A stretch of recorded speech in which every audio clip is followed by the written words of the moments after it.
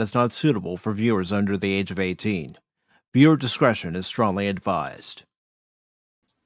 The views and opinions expressed during the following video content are those of the individual and may not reflect those of others. Thank you. Hey, Cash, it's your turn to buy the popcorn, okay? Okay.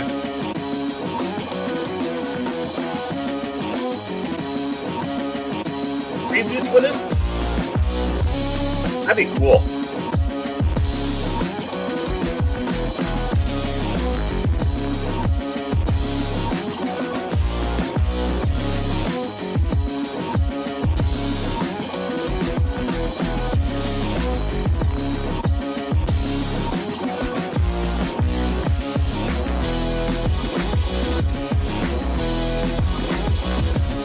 What happened to that meat movie we had on Sunday? That was a good one. Bum, bum, bum. Oh my God, who the hell cares? Oh my God, who the hell cares? Cash money can put his change in my piggy bank any day. Big man knows it!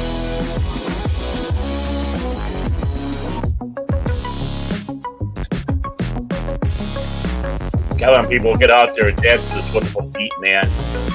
Mike did this for you. Yeah, groovy. And I'm working on another one for later on in August. Ooh, wonder what that could possibly be. But it's related to a couple of milestones, but it won't be until the end of August. Hey, better to have a milestone than a kidney stone. Back to you, Mike. Oh, believe it, as someone who has had kidney stones, I'd rather have a milestone. I second that. But sometimes hearing the ping in the toilet bowl does have a satisfying, ring to it. Meanwhile, before the pain, it's like, oh yeah, you're bearing down. It's like the closest we feel to childbirth. So now we know what the joys and agonies of childbirth is. Yeah. And I don't have to change his diaper. But tonight, I think a lot of you are going to get some joy out of our movie for tonight, and that movie tonight is The Iron Claw with Zac Efron. It's based on the professional wrestling family, the Von Erichs, and it started with their father, Fritz Von Erich, and then, of course, you have Kevin, Kerry, David, and Michael Von Erich, and it doesn't go through all their journey through professional wrestling, but it highlights some key moments for the Von Erich family. And of course, this family, as much as they did have success, there was also tragedy. And there is a silver lining that Kevin Von Erich's two sons are currently wrestling for All Elite Wrestling, also known as AEW, and Kevin will make sporadic appearances at wrestling events, conventions, and meet and greet with the fans. Hey, how are you? Yep.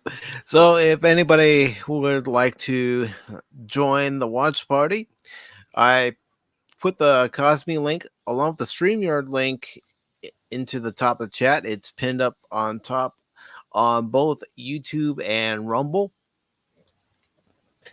And without further ado, we're going to go ahead and get the movie started. Yay! Let's go down to the lobby. I think before we do, I should ask you guys how you're doing. Oh, Cat, you first. You're the sleepy standing one. I'm doing all right. I saw A Quiet Place with my brother yesterday. It was pretty good. It was a bit predictable, but I thought it was pretty cool, and it had the two main characters were pretty interesting. So, yeah. Pipe down, Phil. He's trying to cover all his bases, I guess. I guess. Take it, Agent Smith. Yeah. Buddies for life. Buddies for life. Mm-hmm. They're Yep, besties. They're besties. Mm-hmm.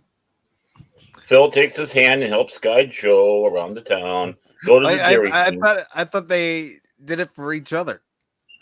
You know, Yeah, you see them frolicking in the park, frolicking in the field of flowers. You're my bestest friend, Joe. I like you. I like you a lot, Phil. There's Let's go get some ice cream. There's a new Shamalama Ding Dong movie coming out, of course, called Trap. Yes, it's about it's an axe murder where the police and the people around the city set up this fake concert to trap this serial killer. And he's got a kid, and his kid doesn't know that he may be the killer or something. I'm like, really, Shyamalan? Oh, God. I'm not kidding you. Yeah, that'll put butts in the seat. Well, actually, he's going to go see it. No. I wouldn't be surprised if Cash went and saw it. No. Shamalama Ding Dong. I don't get some of his vision. I really don't. People don't listen to him. He thinks that Shyamalan Ding Dong, as he calls him, is greater than Christopher Nolan. So don't believe him. Yeah, sure, right, fair. I'd like you to see you say that with a straight face. I just did, and I can. I don't even know Rodney. That's right. I don't know Rodney either. Yeah, who's that? Yeah, I don't know.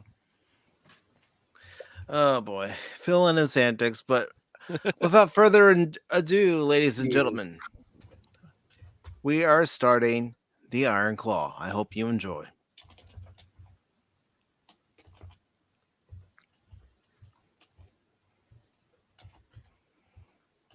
Ooh, get that music, folks. And please join us. Yeah, join us. You'll love it. Everybody's welcome to join. Sound good for you guys? Sounds great. It's good. All right. I'm glad everything's working. So yeah, this is pretty cool. Don't jinx it, Cash. Come on. Yeah. Whatever.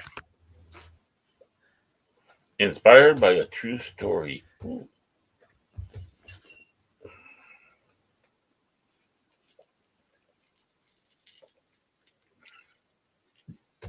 It's like an opening to a video game almost. Yep. And I mean that as an insult. It's not an insult.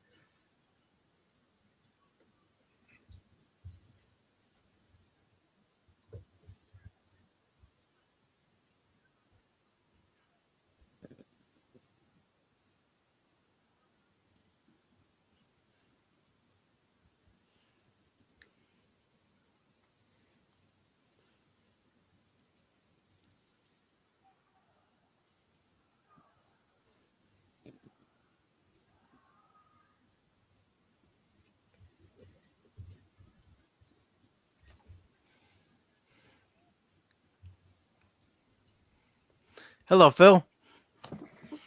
What's up? Not much. Hope you enjoy the movie, brother. Let me close this thing. Sorry. Didn't know I had another one open.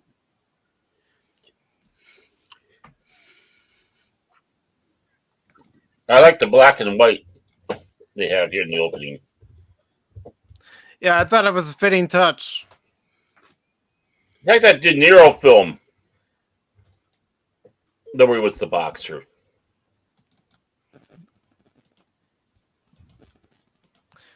Oh.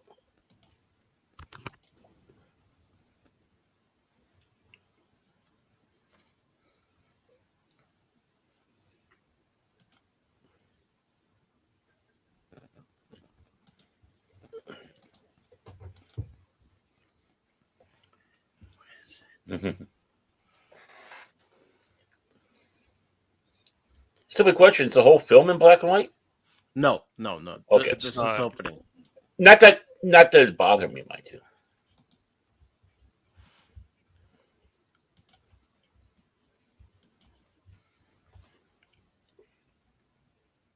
He'll be fine if it didn't even have sound.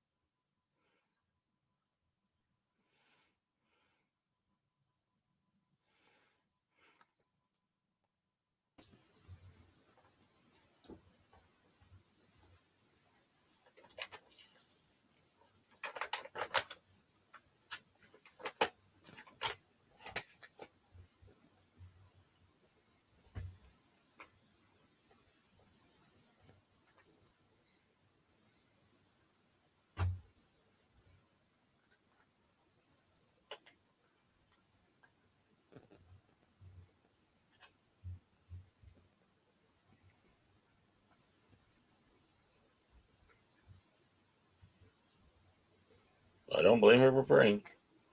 Neither do I.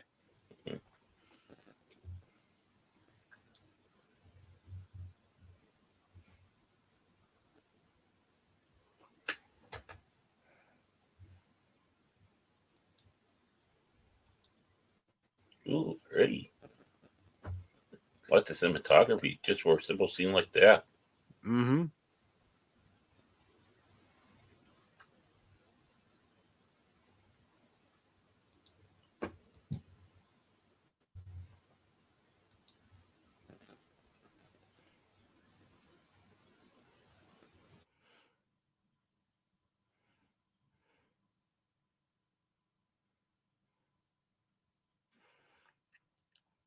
You know, some people, after seeing some behind the scenes pictures of Zac Efron here during the film of the movie, were saying he should be the live action He-Man. Yeah, I could actually see that. It's good he's branched out since High School Musical, so Mm-hmm. he's had some yeah, speakers, but he's trying to find more range. So good for him. yeah, but you're right. I mean, he's got the looks for being He-Man. Da, da, da, da, da. Ooh, oh my. Mm-hmm. Oh. I really like how those shots basically tell you all about the family without any dialogue. Right. Da, da, da, da, da, da, da, da, da, da.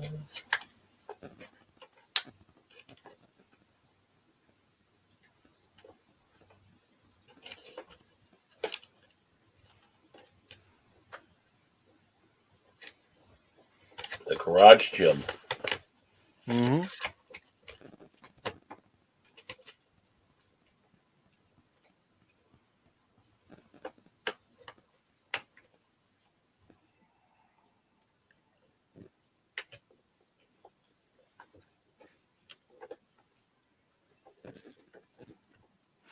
And the Dallas Sportatorium is where Stone Cold Steve Austin got his start.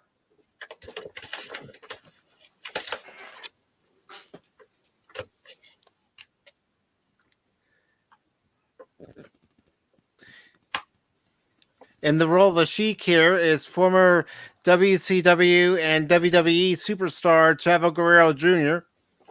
Hmm.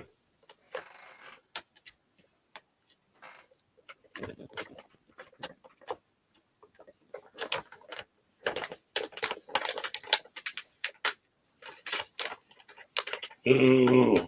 Ooh.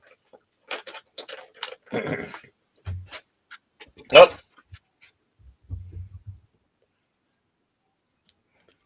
I hear Baron trying to get some of his Scooby snacks. No, actually, tobacco. Sorry.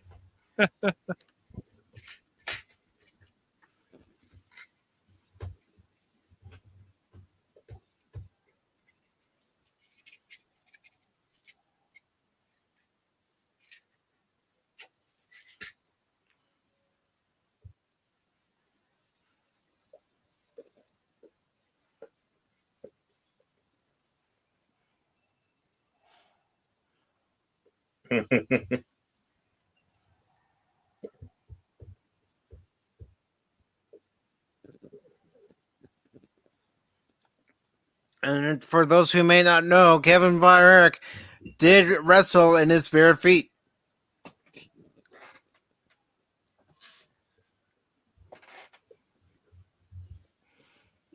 He is also a former WWE Intercontinental Champion. Mm-hmm.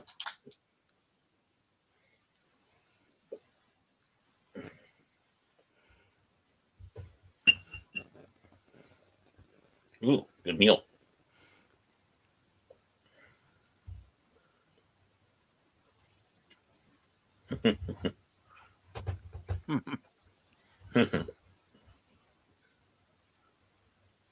Oh yeah, he can be He-Man.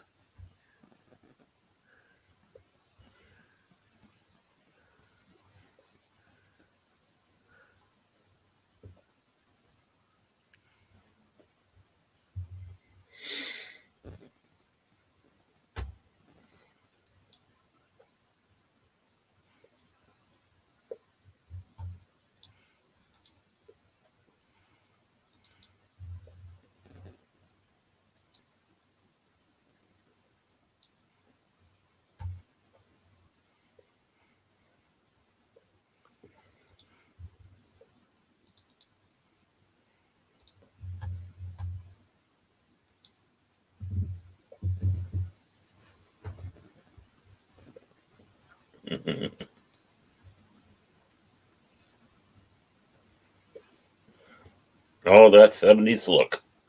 Mm-hmm. That was another thing that I was impressed when I was watching the movie, when I saw it in the theater, was how well they captured the era. Yeah.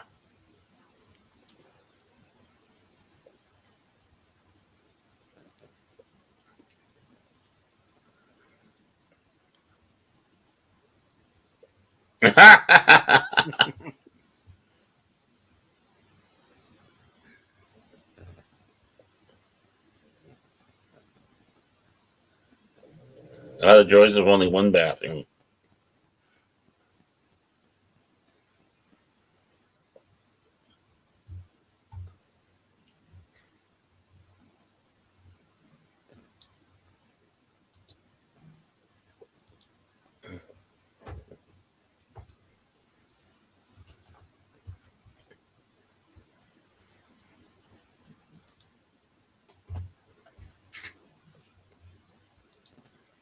Yeah, ma.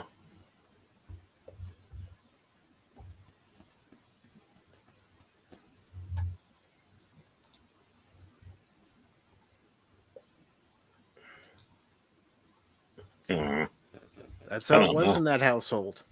Mm-hmm. And actually, a lot of 70s households. No, the one who's playing the mother's been in a lot of things. I can't.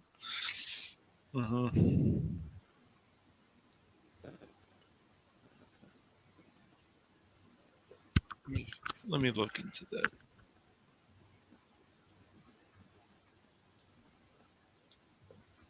Well, yeah, she was in Primal Fear, Liar Liar, Primary Colors, Force of Nature, Insomnia. Oh, you beat me to it. Nice, yeah. Yeah, I was already there, man. Nice. She was already, yeah, she was very good in Liar Liar, a bunch of other stuff. Yeah. She was also in what the hell is that? Mooseport? Yeah, Mooseport. Welcome to Mooseport. Welcome to Mooseport. Thank you. Yeah. Oh, those 70s suits. I want to bring them back again, man. Why not? They still look good. Know.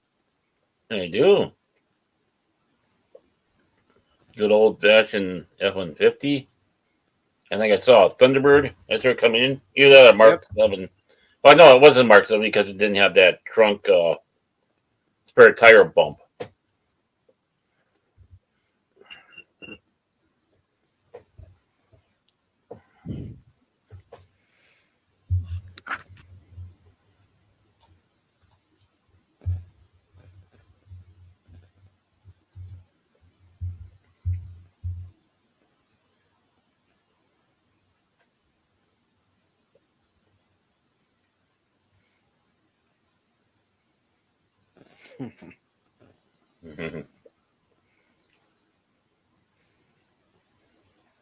Ooh, that looks Good good. looking burgers. Yeah, I know. Burgers.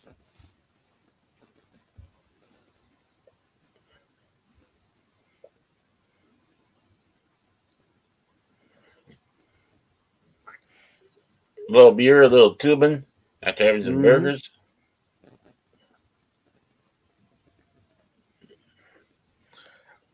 That was life in the 70s. Yep, and 80s. Yeah, yeah.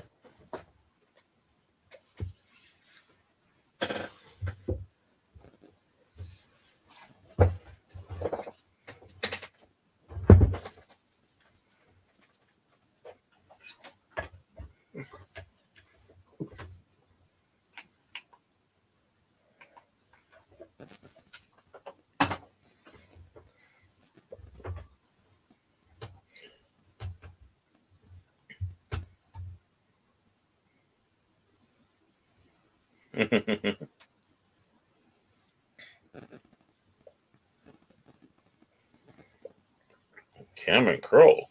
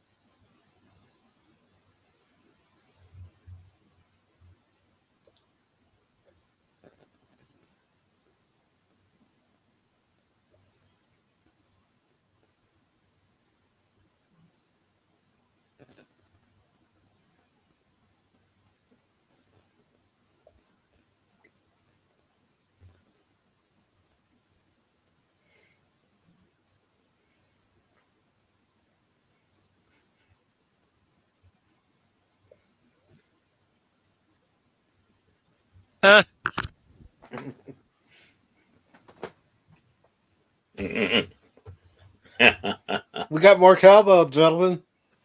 Yeah. Needs more cowbell. Oh my. That's right. Oh my. The only cult I belong to. Holy cow! Always Look for at that. Colt.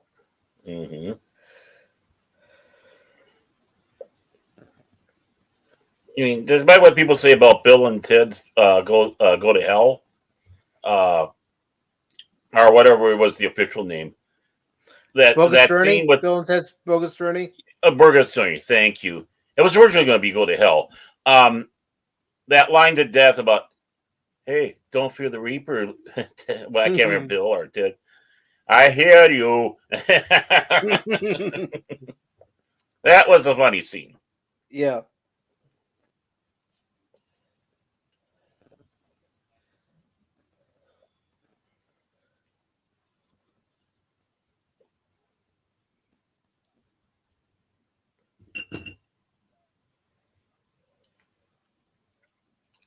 I love this scene.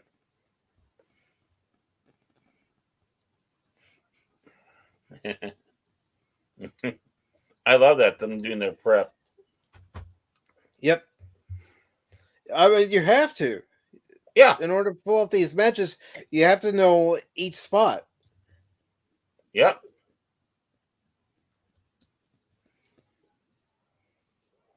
And that your opponents, are sometimes your friends. Mm-hmm.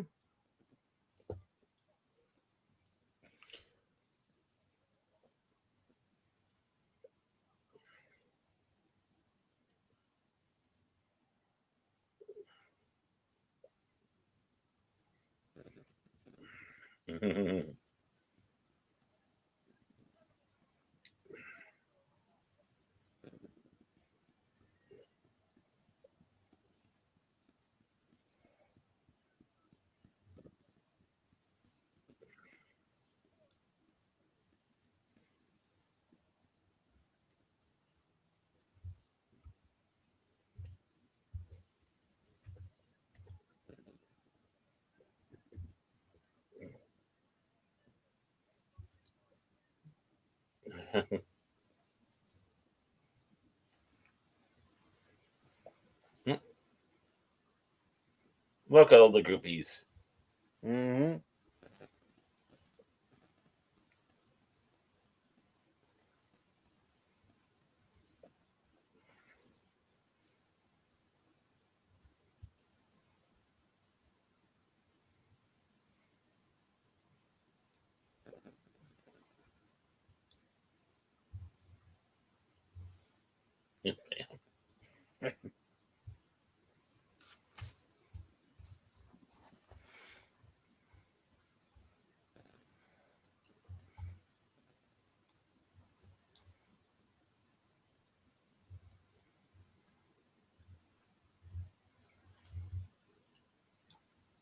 He got his personal groupie. Mm-hmm. Well, she's more than that. Mm-hmm.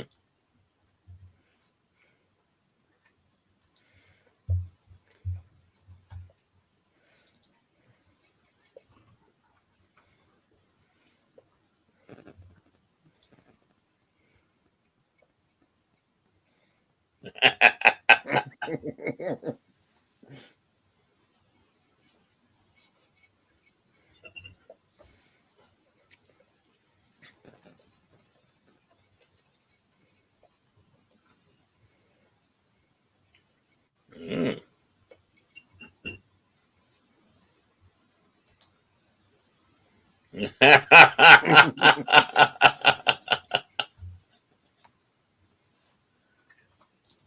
Remember when hundreds looked like that? Yeah. Look like real money? Mm-hmm.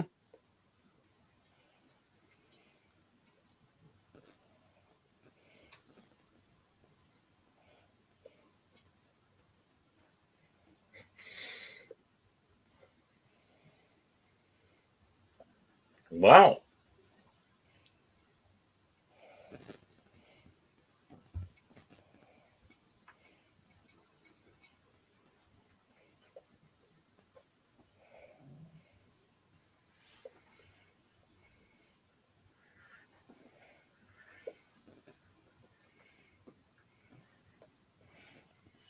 Mm-hmm.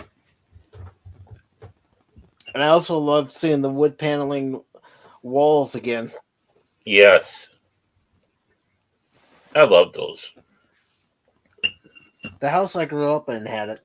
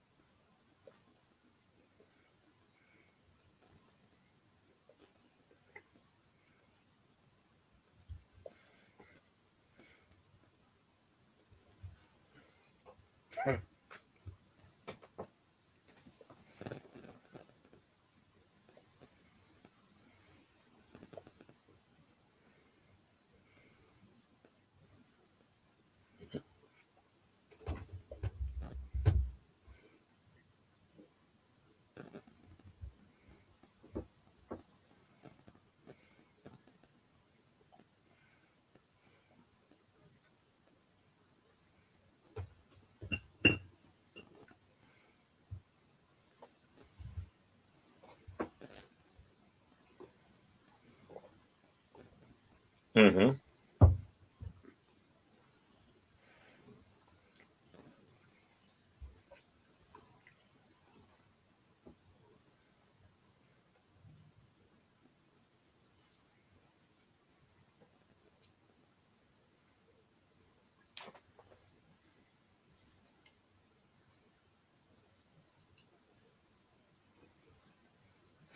The Iron Claw is about the Von Erich family, Ron. They're one of the prominent wrestling families. Mm-hmm.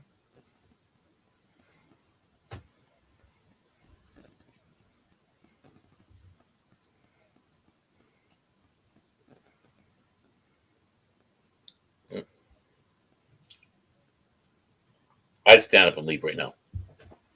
No.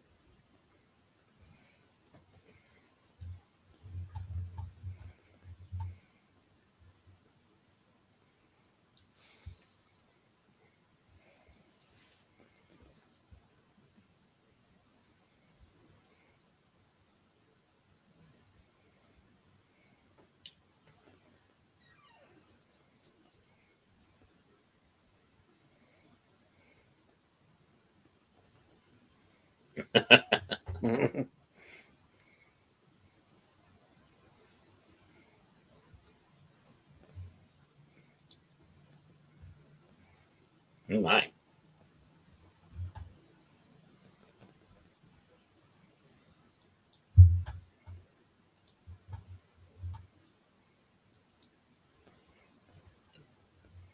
Run, she's a psycho. No, No, she's I'm kidding. fine. She's fine. I know. It's the South Texas girls were back then in the day. And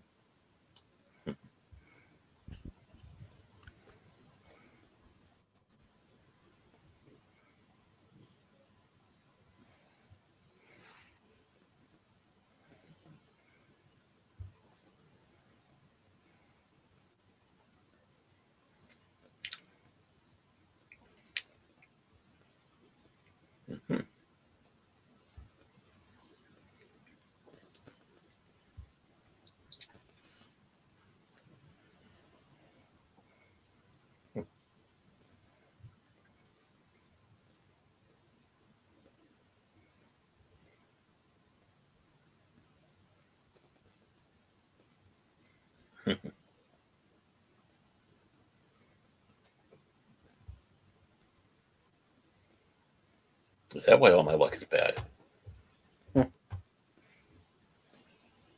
Ooh, first date and all?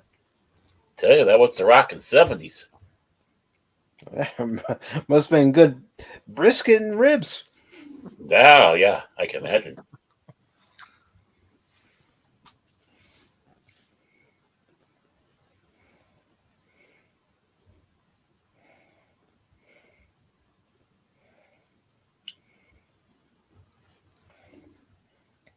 I think you'll like how close the actor playing Harley Race actually looks like Harley Race in this movie.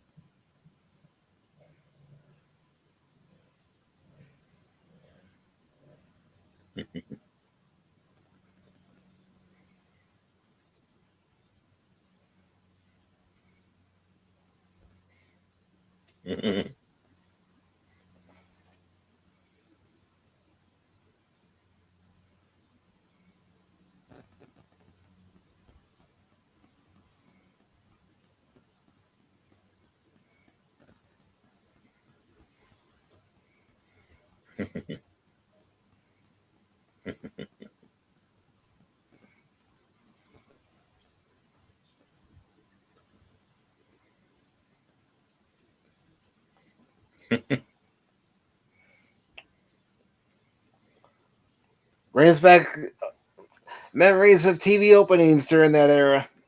Yeah.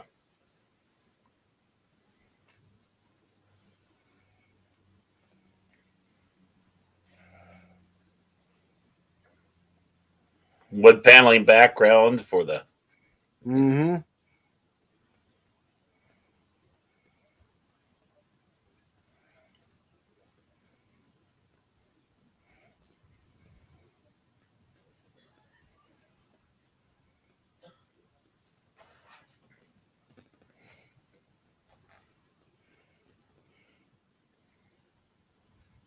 Well, except it didn't look like that back in that day. No. Even I knew that when I was watching the movie. I'm going, no, you're a little too early for that. Yeah.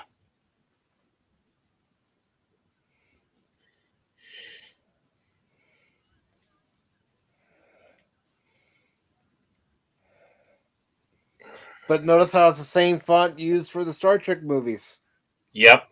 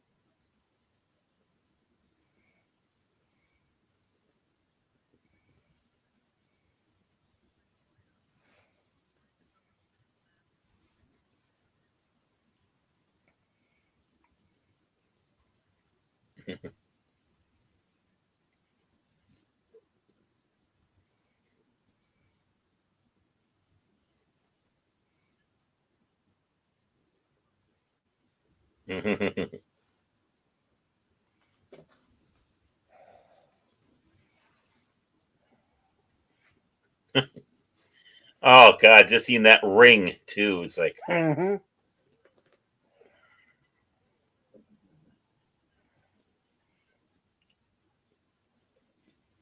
yeah, they had female wrestling fans back then. Yep. The hell you say? Yeah. Hey, they want to drool over the boys.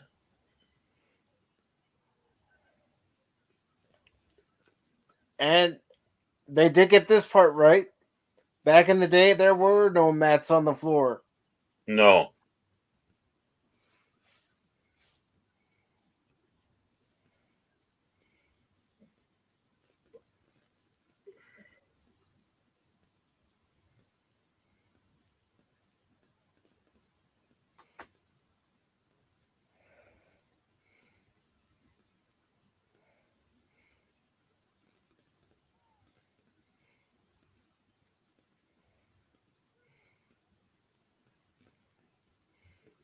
Concrete is not your friend.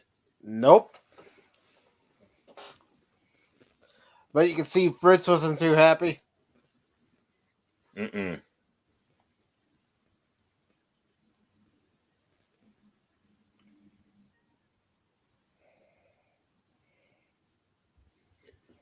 Come on, sit. You have the power.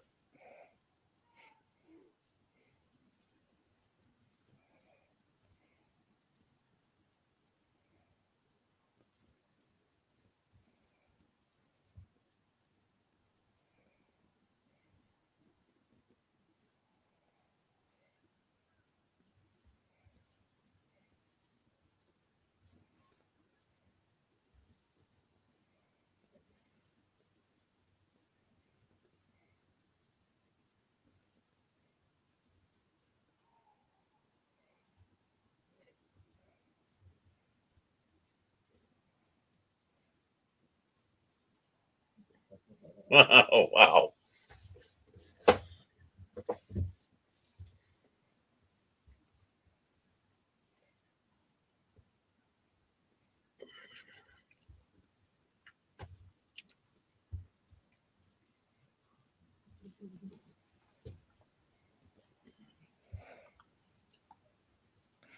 Hey, Tip. The link to the movie is pinned to the top, as well as the link to StreamYard. They're both together.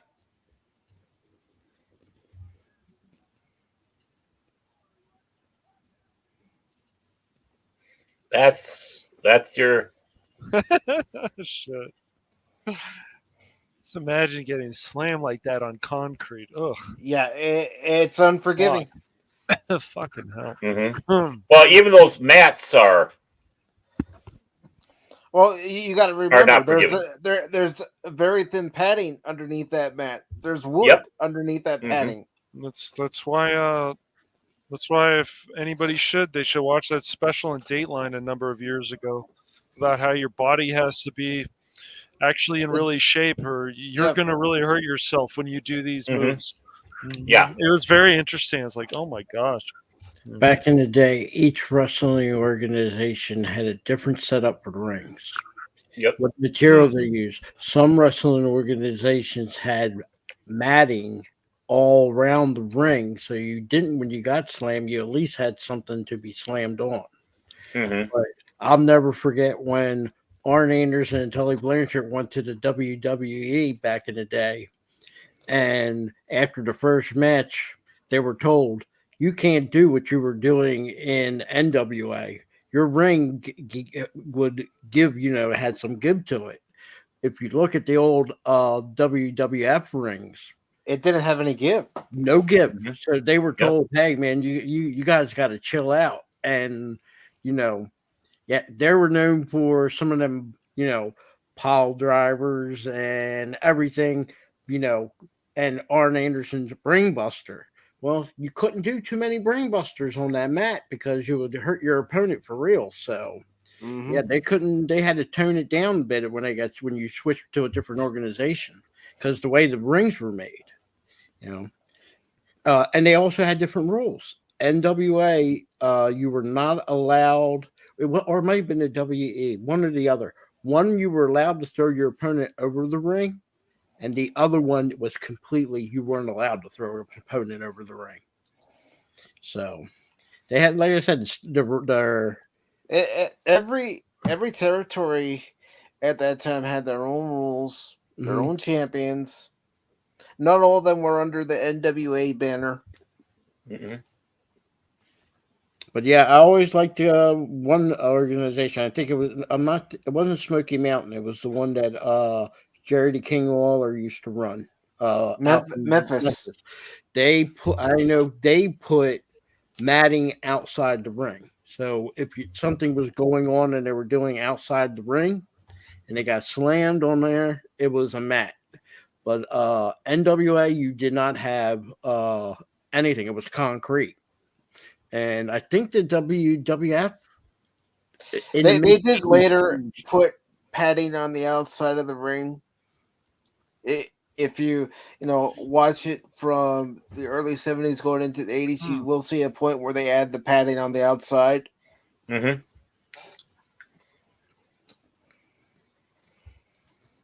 I think after too many people who are getting pounded on being tossed on concrete, they said, yeah, we better do something here. I mean, I still remember where wrestlers threw other wrestlers into a table and the table broke. I guess it was made a certain way, and then of course somebody got hit with a chair. With the tables, they already have an area cut, so it breaks away. Now, if it's not properly, if it's not properly done, yes, wrestlers have gotten injured.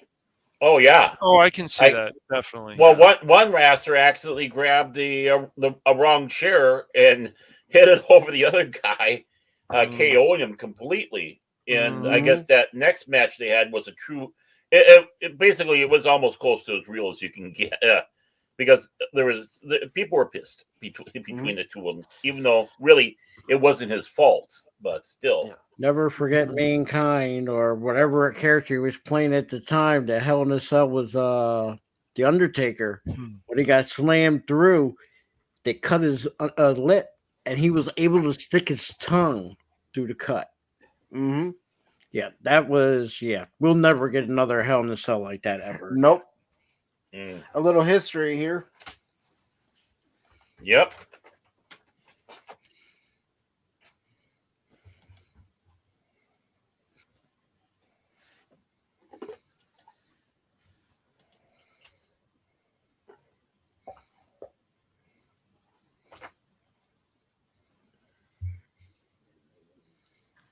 And I don't think it was the right decision to be made. Well, watch Fritz's reaction.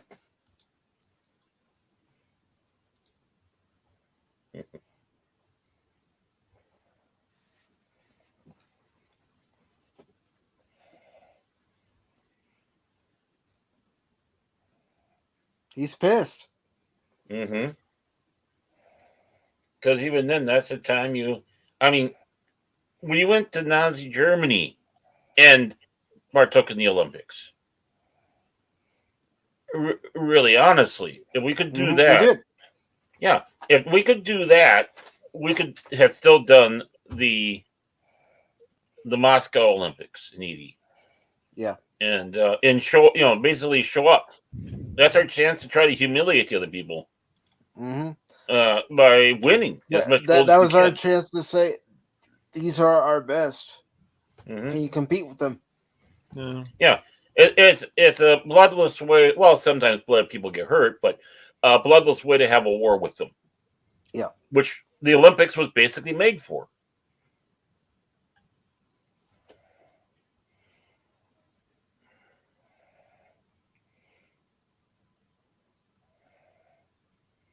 And all the people worked hard. Because back then, these were not professional people that went to the Olympics. Nope. From us, that is. Mm-hmm. It was not meant to be having professionals in there. The Russians, however, ring theirs with quote unquote professionals. Yeah, the doping scandal, the other stuff that happened more recently, and yeah, the Russians. Well, that was why the hockey, winning the hockey game was so important because I know Miracle. Yeah, I know. Yeah, well, yeah, The Miracle is the movie that came out of it. Yeah. No, I know. But that's why it was so important. USA hockey men's hockey team. Yeah. Yes, right. And they were all non-professionals that went there, while right, the Russians had their stacked with professionals, and we kicked their butt. Mm-hmm. That's why was revenge for the '72 basketball Olympic championship. That's right. They were robbed of the gold, and they gave them silver, and they said, "We're not taking silver." No. Mm-hmm. So that was a shocker, and we got our revenge with the hockey. But never forget, when it comes to doping and cheating, it was the East Germans that were the most doping and cheating, even more than the Soviet Union. Yeah, and the other country, the third country that still does it to this day, is Austria. Well, Austria has been caught many times. We know it's happened even with China and their women's Olympics team just a few years ago. Well, more than a few years ago, but at least. Well, we have to remember how they do their organizations over there. The state, the government, that's their job to be a track and field person. They, from the time they're like in elementary school to the time they graduate college or equivalent, that's all they do is prepare for national and worldwide events. Our way of doing things is a little bit different because we depend on, I guess you can call it, sponsorship. Well, considering we usually do so well in events now hopefully, I mean, there's already some shenanigans going on that'll be at the Paris Olympics, but I'm with some other people on YouTube. I don't think after what LeBron did should hold the flag, but it's not my decision. It's not my decision if he's going to hold the torch or the flag for America, but we're adding events also into the Olympics that shouldn't be in there. It's ridiculous. So some of these new events, skateboarding, snowboarding, and of course breakdancing. I can't remember. Oh, you're looking forward to breakdancing. I know you are. Well, sure. Especially after you watch a Boogaloo 2, Breaking 2 Electric Boogaloo. There we go. I heard you watch that numerous times because it's a better one. Tried out your moves. tried to introduce a new one, spinning on the chin, but Funny. Spinning on the chin. I like that, Baron. That's a good one. On you guys' movie, did you already get past the part when they won the 3-man tag? Not Again, yet. We're not there yet. We're not there yet. We're not there Not yet. there. Okay. If you want to watch it along with us, Phil, the Cosby link is pinned to the top. I got it on my. I'm watching it on. Rewatching it on my HBO. Okay. Oh, okay. That works. Yeah. Listen to Mr. Antisocial. He'll come into the It doesn't our matter. chat, but not But watch here's- with us. But here's the thing, like he just it has another doesn't- way of watching it. He That's can just fine. watch it exactly. It's just another way. It's the same movie, But- so it's but it's still. You know what? You guys keep it up. Another downvote on my alternate account. You're gonna have two. Oh, come on, Phil! Don't downvote. I'm the one being the voice of reason here. I think Mike was defending you, but all right, dude. I don't trust Team Epic Fail, man. You guys are kind Oh of boy, sneaky and slimy how there. can we be Team Epic Fail when we keep winning?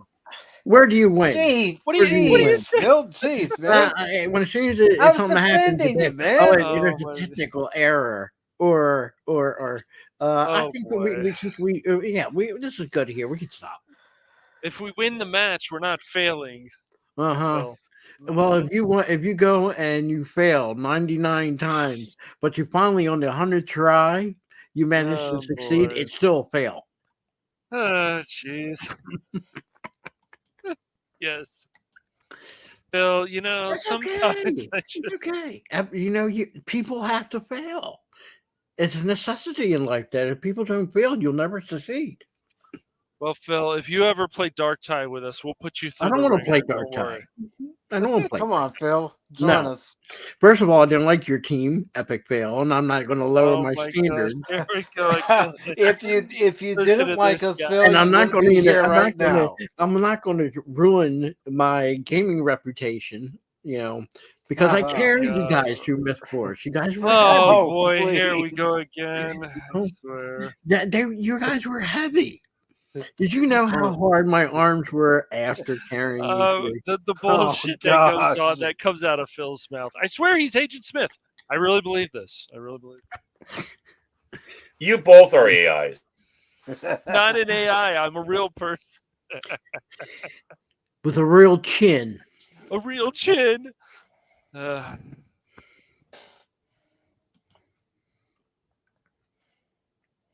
And I just want to state for the record, I do not like the actor nor how he portrayed Ric Flair in this movie. Did not like it. I don't like him either, and I think everybody who's watching along with us will find out.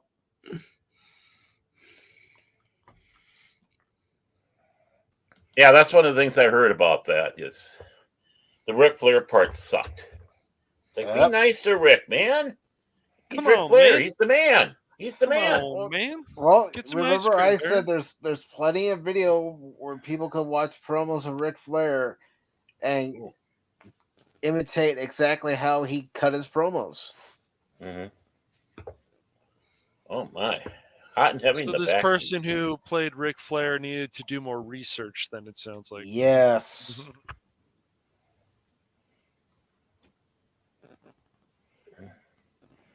And give I'd it have more more of an effort. Giggle.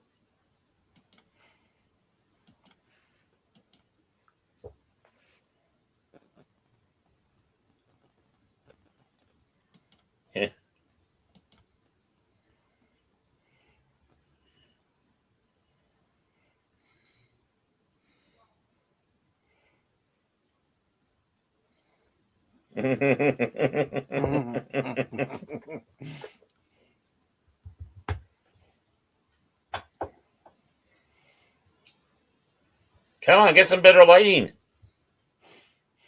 Baron, dude. The scene's not going the way I wanted. Okay, I'm downloading this. I'm downloading this one. I'm sorry. Wow. I love. We're tag everybody. I can see Baron. He tells Sandy, "Come and see how good I look." I do. I love the look of the arena and all that. It's like, Mm-hmm. The cinematography is great in this film, at yeah, least in my opinion. yeah. Even scenes like this. Wait a minute. Does that guy have a remote for the TV? Yeah, you know, some people did have remotes. I know that was fancy. Usually they Yeah. were wired. They were usually wired. Still funny that all of us grew up with turning a knob on a TV. Other people Mhm. nowadays, you guys did that? I'm like, yeah, we did. Yeah, you had to get up off your ass, Yes, you did. Or sit close to the TV on the floor. or your parents made you the remote. Change Yeah, the channel. Keep going. That's Keep going. that's what Stop. I mean about sit. Yeah, that's why I say sit close to the TV, because you know you're going to be told to change the channel.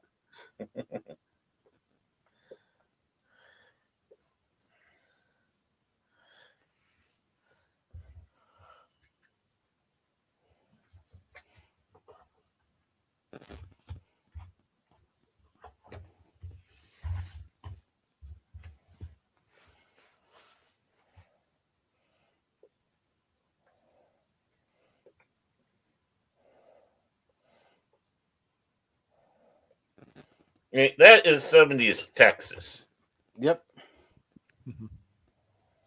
and 80s, and still in some areas today. Mm-hmm. Especially with good old boys.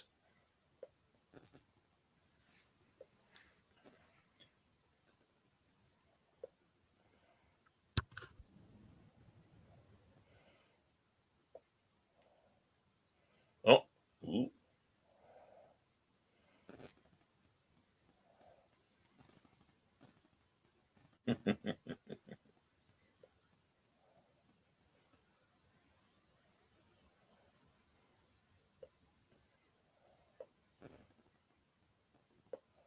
Oh, a little rush. Oh yeah. Mm-hmm.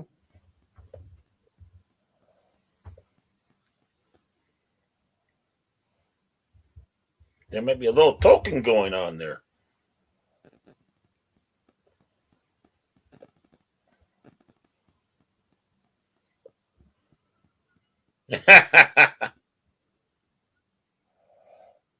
Little Tom Sawyer, Soundtrack in definitely. this. Yep. Little Tom Sawyer.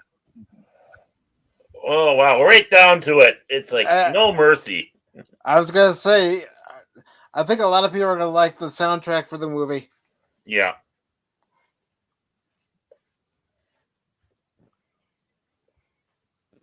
Rush is what happens when you get eggheads doing progressive rock.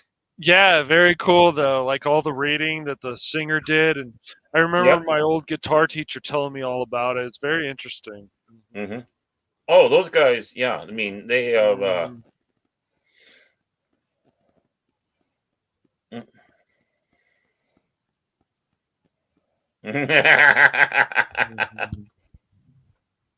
Ow! Ow!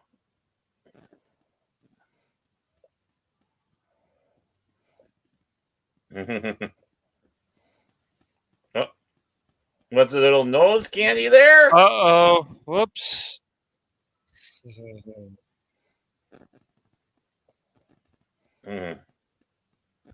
Well, we got bleeders. Yep, they bleeded. Mm-hmm. Oh, what could that be? Painkillers? Unfortunately, that aspect is still true because of all the abuse their body goes through. Yeah, and then they get caught in that. I'd love to have that room, but not enough bookshelves. So.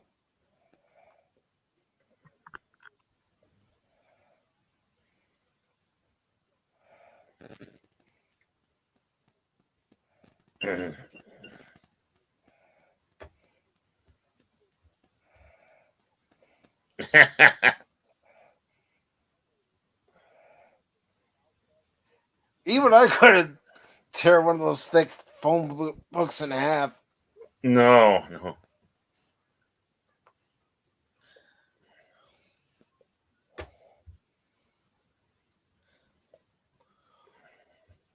Oh, just having your magazines like that and other magazines like Starlog and the knockoffs. I miss those days. Me too. Going to the magazine rack, reading the magazine, then going, I'm buying it. See, this is, of course, when slow motion is actually effective. Yeah. Right. Mm-hmm. Right. It's not slow motion; it's how you use it. Exactly.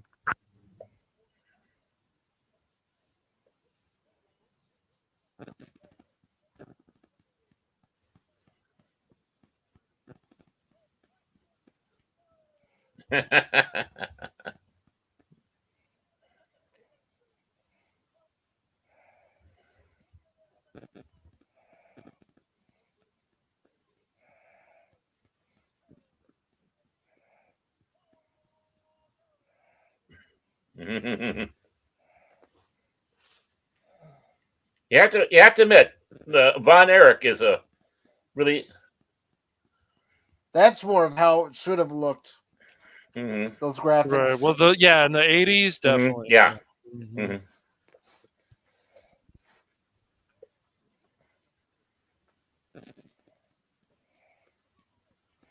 Michael P.S. Hayes.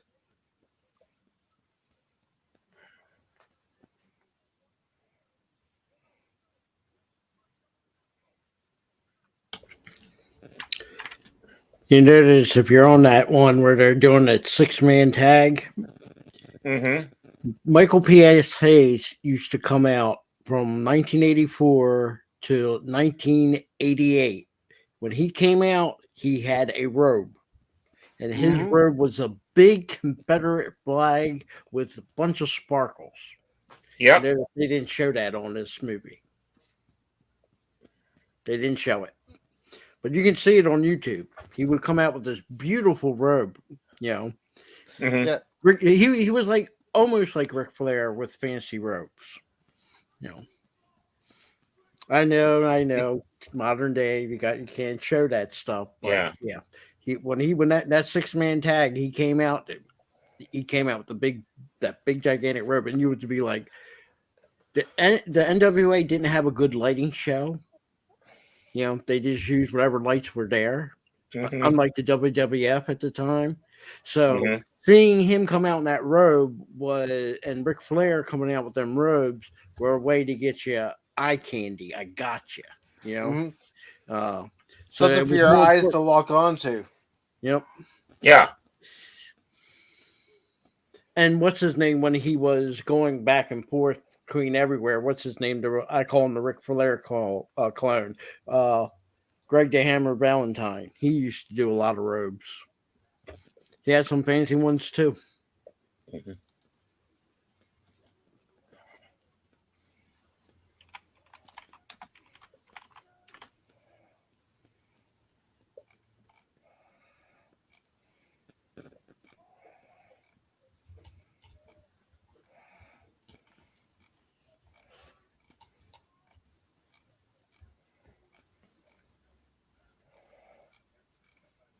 I mean, you think about the different families in professional wrestling. You got the Harts, you got the Rhodes, Von Erichs.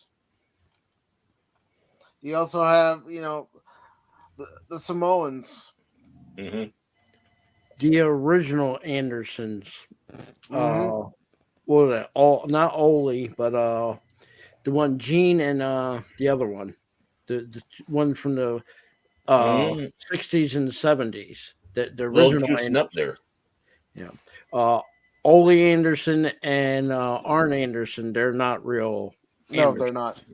No. They're just carrying on the name. Yep. Here they're showing that dark side of using steroids. Mm-hmm. Painkillers. Yeah. Again, professional wrestling isn't one of those businesses that you can get into and your body doesn't pay the price. Your body pays the price. Oh, yeah. Yep.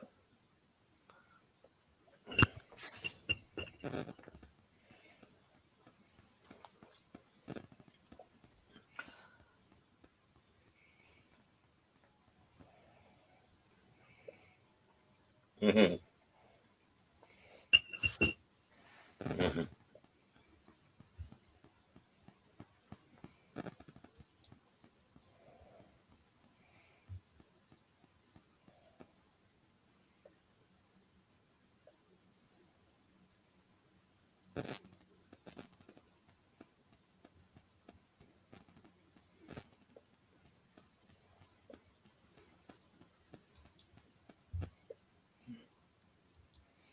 And I love the different camera angles they use in the movie. Yeah.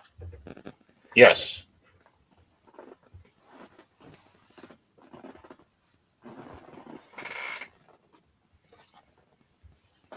But that's what the cinematography is like. Yep. How can we make the scene better? Or impactful?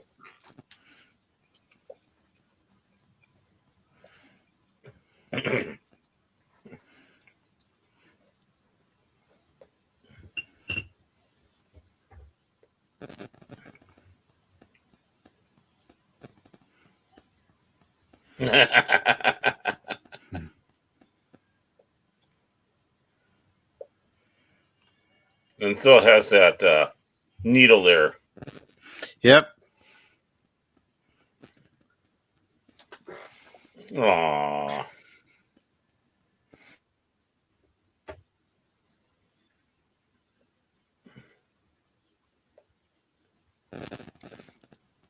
Little Frankie Valley. Mhm.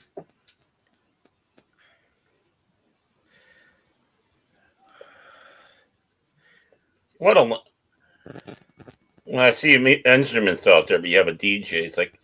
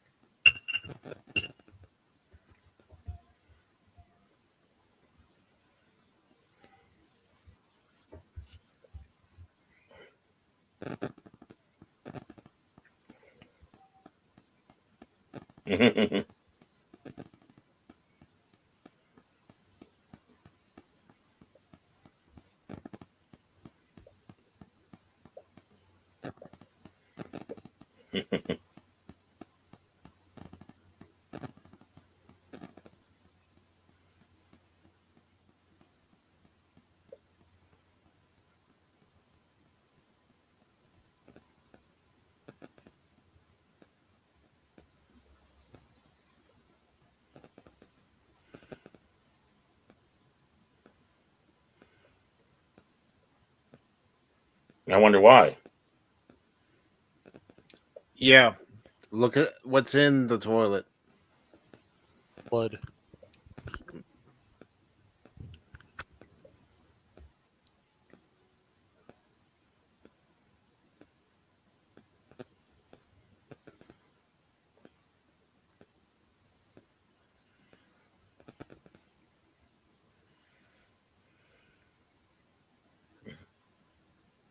Yeah.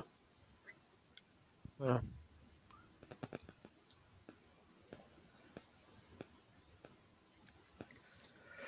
Mm.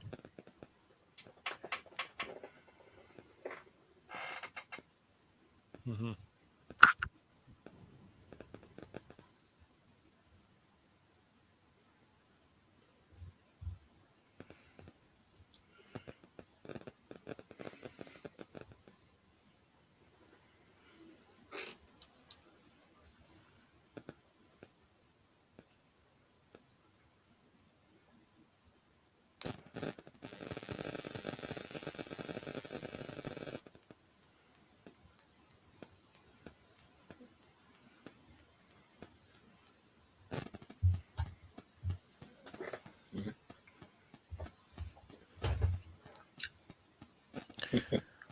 Hello, Sean. If you'd like to watch the movie, the link to watch the movie is pinned to the top.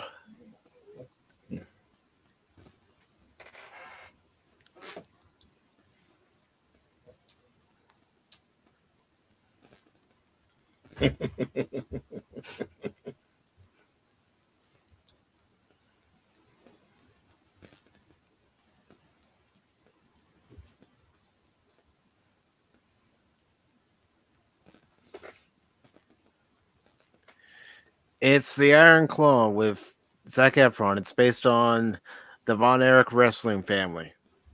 Mhm.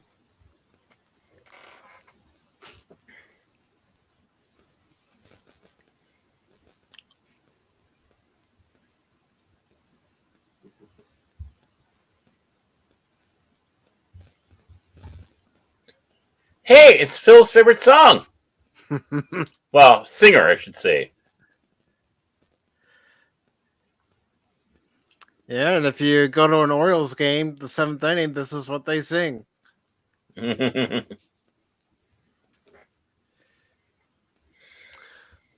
thought it was one of the better movies of 2023.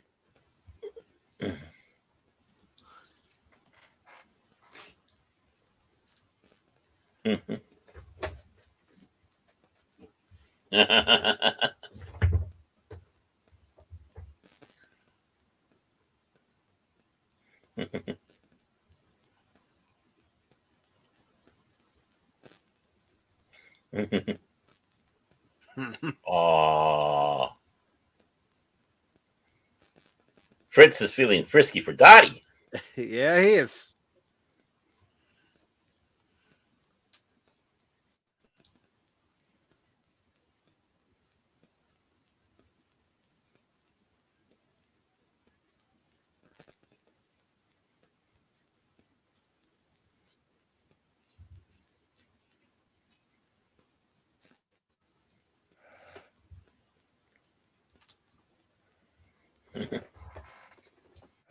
Yeah!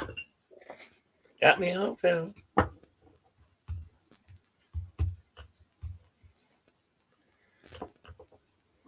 At least it wasn't a country road Take Me Home, because that would really send Phil over the Yep, we know how he feels about that song. his favorite.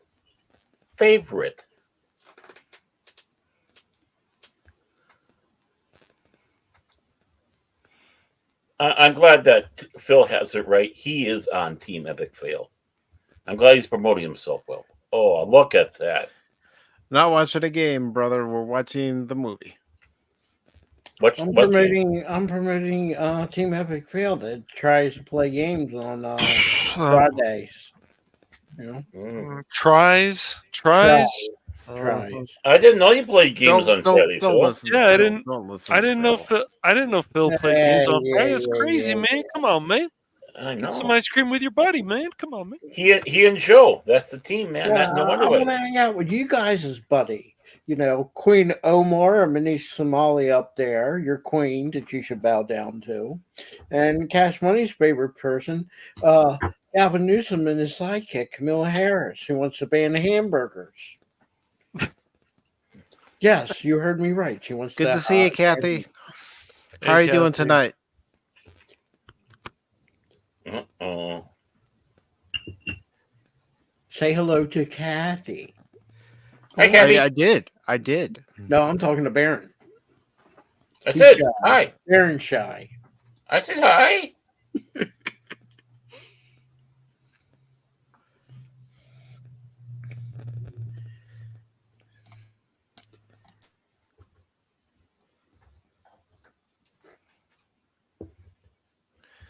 Yeah, I thought I'd seen one of your posts. You either finished season 2 or you're about to finish season 2 and get into season 3.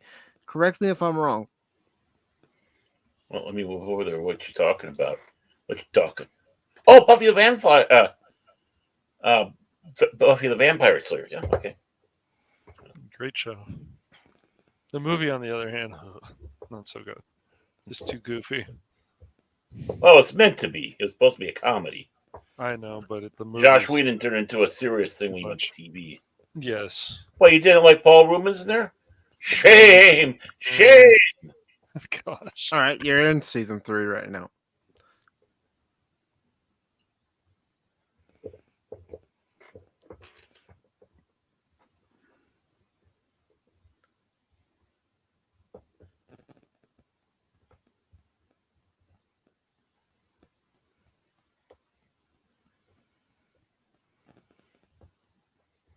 I bet it is.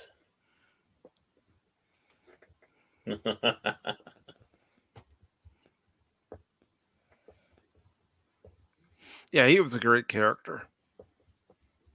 Wow, look at that. Yep, the funeral procession. And the people. Mm-hmm. I mean, think about it.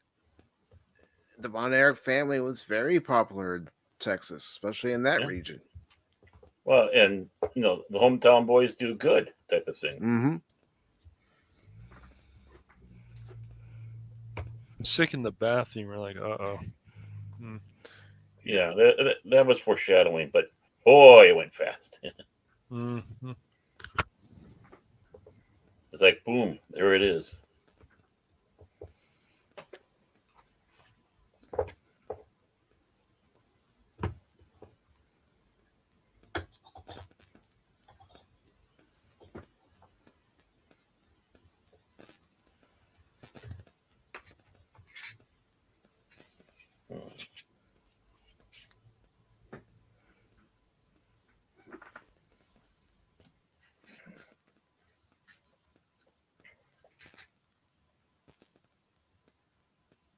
And that's just it for good old boys. Good times, bad times, whatever. On the porch. And like Family. that. Man. It's Yeah. family. And it was more than family. Sometimes it was just a bunch of good friends. And, Well, even their friends were their family. Yep. Oh, yeah. Exactly.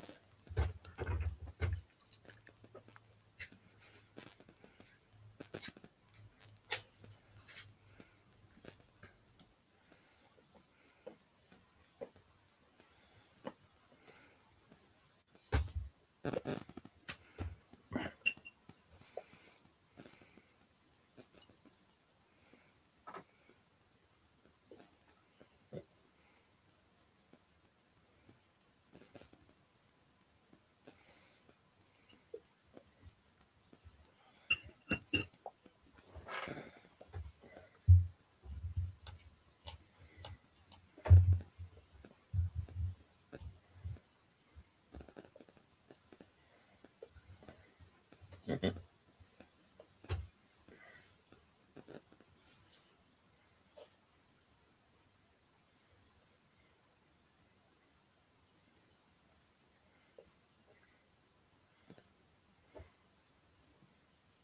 I wonder who it was. I'll find out. Oh.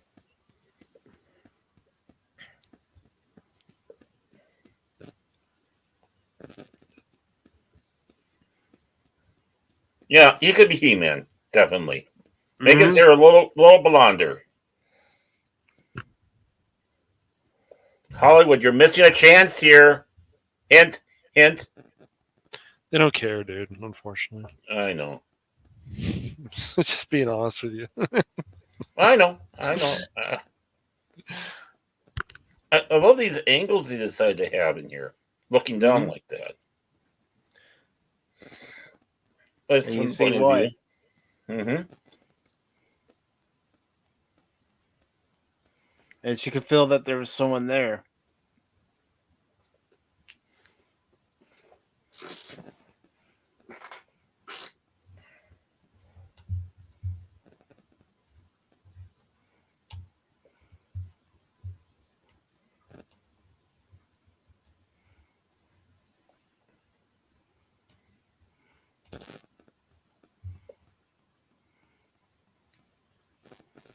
Interesting how they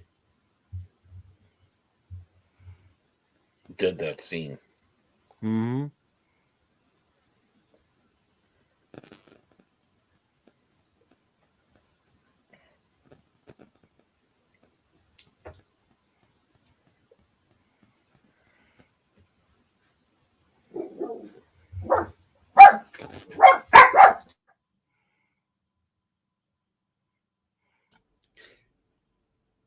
Is that you, Frodo?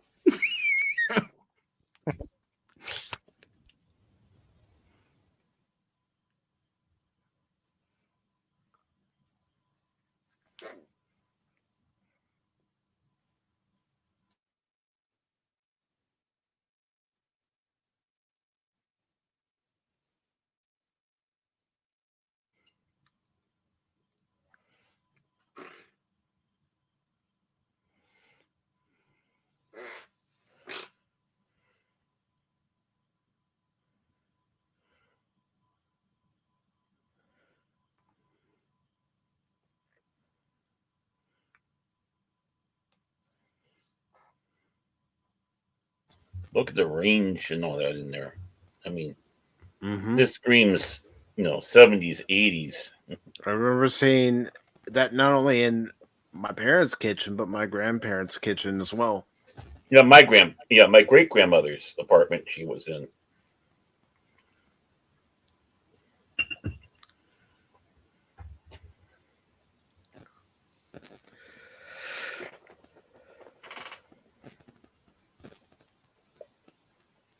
Mm. Drinking beer and driving a cycle at night. Mm-hmm.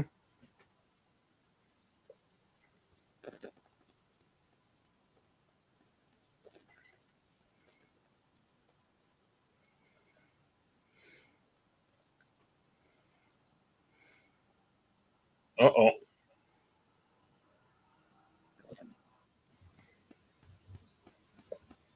Mm.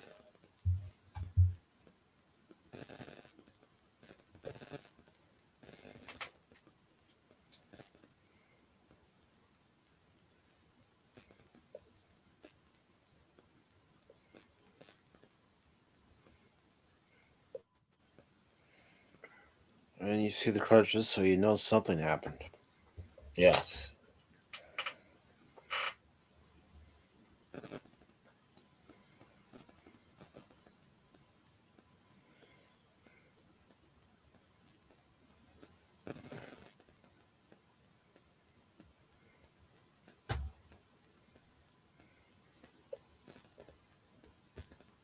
Mm-hmm.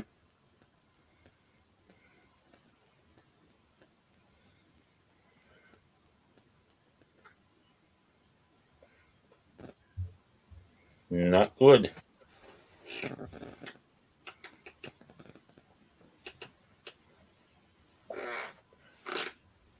And you see why.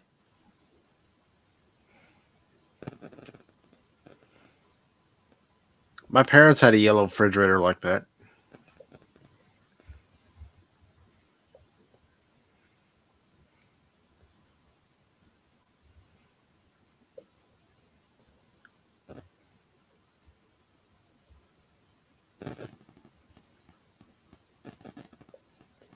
Hmm.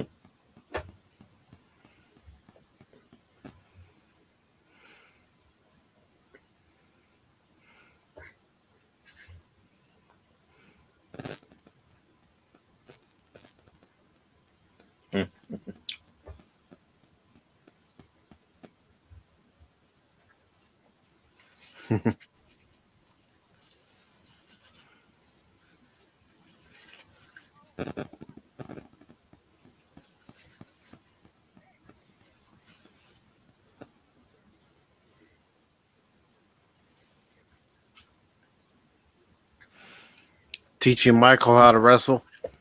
Mm-hmm. Doing a little coaching. Mm-hmm.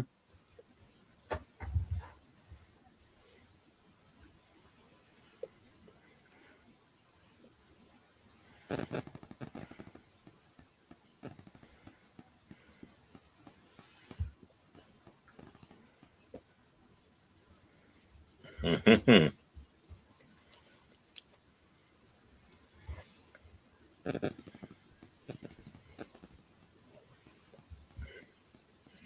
Wait a moment. They didn't have people of color in this. My Yeah. gosh, Baron, I swear. Ah, I'm Baron, sorry. I'm mocking all the woke. of twats. course I you know are. you It's are. I just know the you way you are. said it. I love it. Yeah. Well, it's a good way to drive the point home. Ooh. Okay. Call. Oh, okay. Quick. Call the. Throw up the X. Oh. Ow. He hurt his shoulder. Mm-hmm.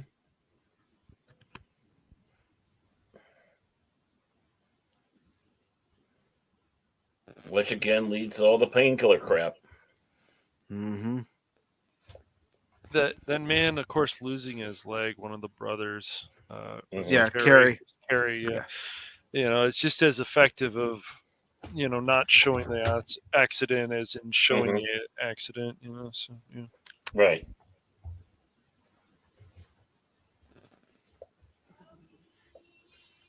That's what we want to hear.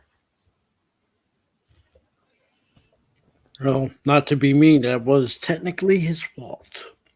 He was, yeah. So, lesson to learn: when you're riding a motorcycle and the cop Don't trying to pull you over, don't try to think you're going to outrun the cop, because eventually, and especially on a motorcycle near a guardrail, that was stupid, totally stupid. Yeah, don't be smarter. Yeah.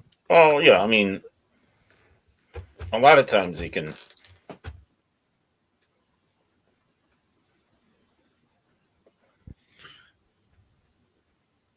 It's not a curse, but still, it feels probably like it always with. One tragedy after another.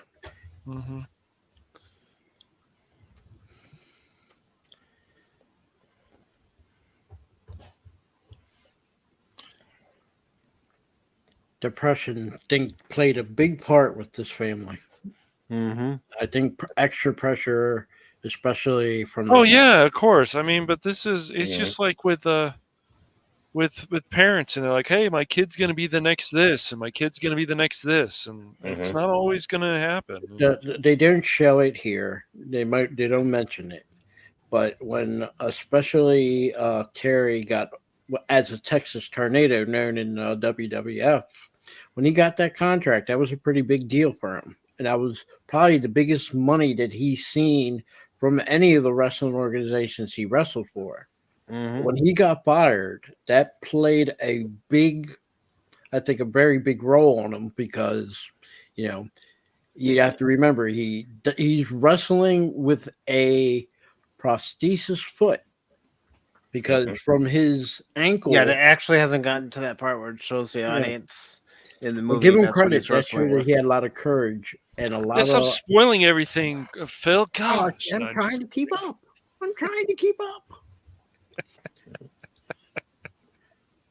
Do I need to flash? Let me put underneath my name, Bill McCracken. Spoiler.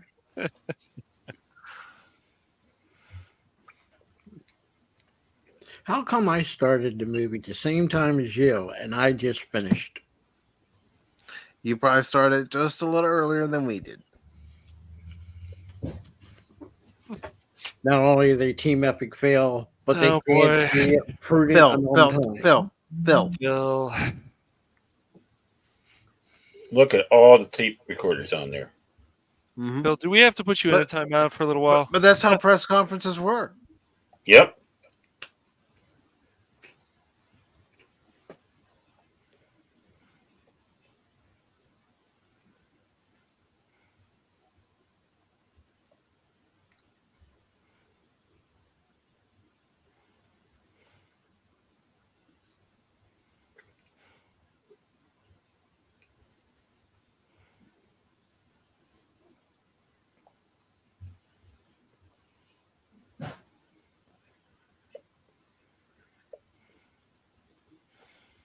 I do think that the casting for the entire movie was done well, except for the actor who plays Ric Flair.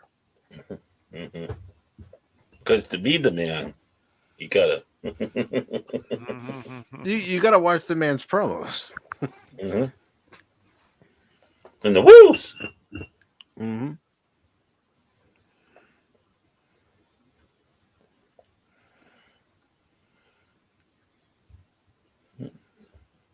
Something is definitely not right with him. Well, he had a fever during surgery. Yep.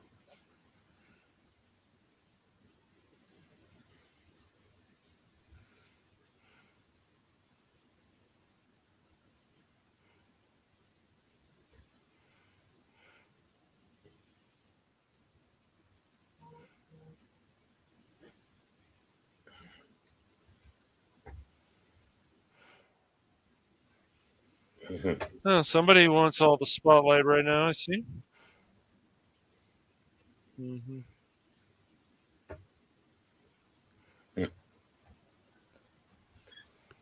Yeah, gotta be frustrating.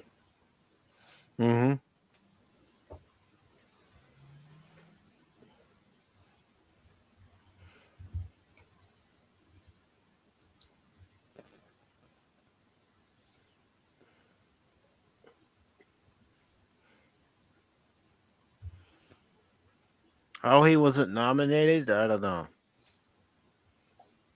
I'm talking about Zac Efron. Yeah. Not the actor who played Ric Flair.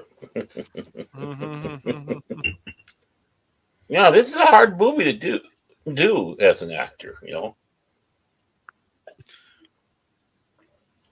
and really for a big budget, quote unquote big budget film, they're doing a lot of art house style filming in this, which is And great. it's working. It's working. Mm-hmm. They're knowing how to work it together, and this is what we need to see more of. I can't speak for you. I can't speak for Cash, but I am going to ask you guys: are you seeing why I consider this one of the best movies of 2023? Especially at the end. Yeah, it's a good movie, definitely. Well, yeah, I mean, when it comes to the end, yeah, definitely. Which I haven't seen, but I mean, just everything so far. This is like what cinema was at one time. This is what it needs to get back to. Yeah, just like if you ever see movies like The Fighter and some of this other stuff, things like Ray and so on, just the way that everything plays out in the story is so fascinating. Yeah.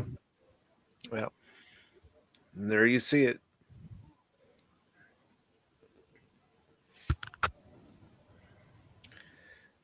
And look at all those scars, the burn marks, and Yep, road rash. Yeah.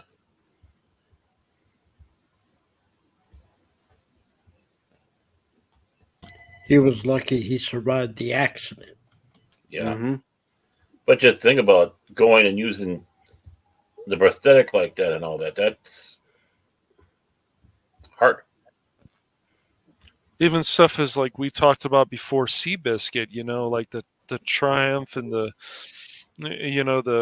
movie is just so much more than a horse movie, Baron. It's just, it's I know. really a good film. It's just, we need more of that stuff. We need more stuff like Miracle. We need more stuff like these inspirational things, and just especially in this age of tearing down. Exactly.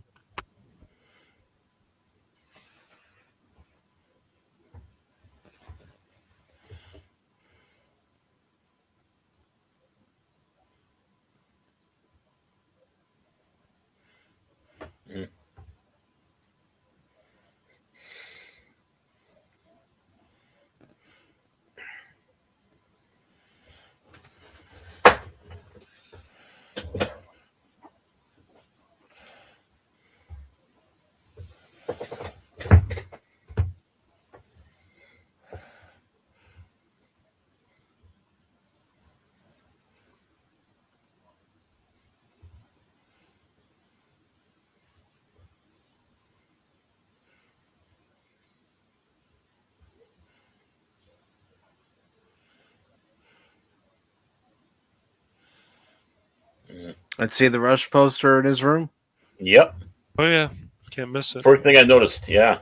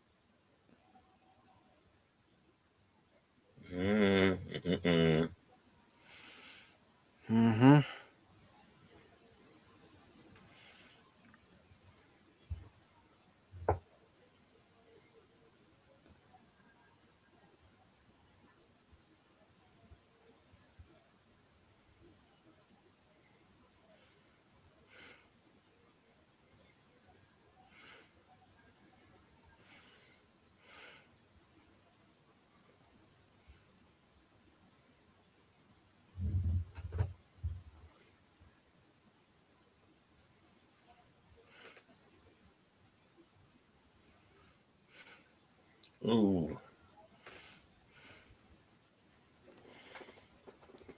I can imagine. Yeah. He's still not used to the prosthesis.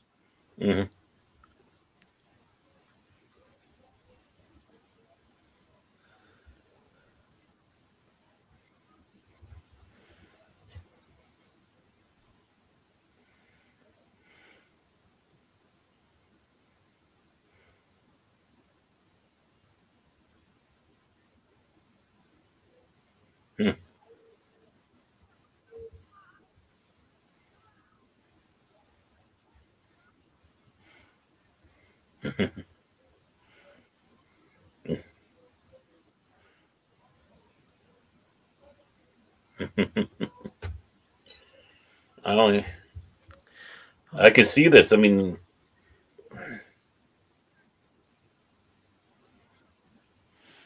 Who pushes you harder than your siblings? right. And he does mean well. He.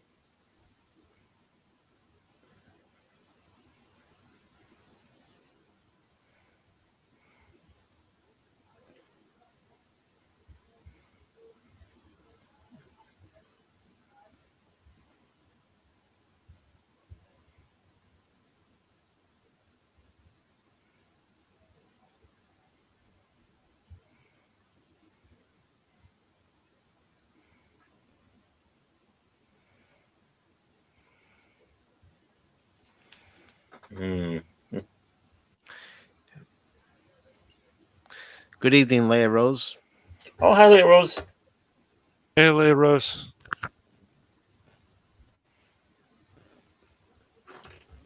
Hello, my number one fan. Only. And welcome to the Cosby side, Lady Mist.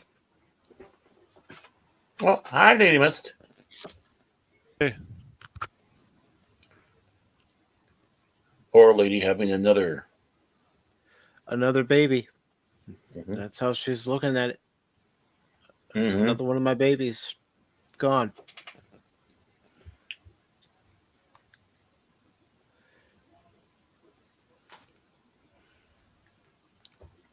Well, she's so loving to that family, even though she's in-law.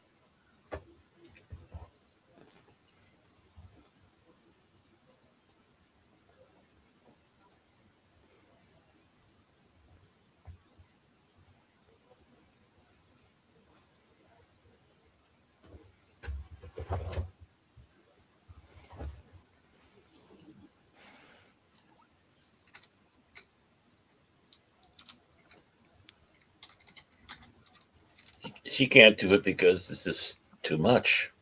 Hmm. It's taking a toll.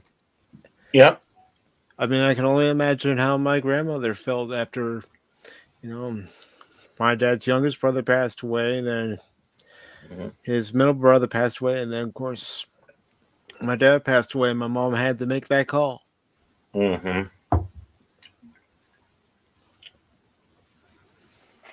to let her know.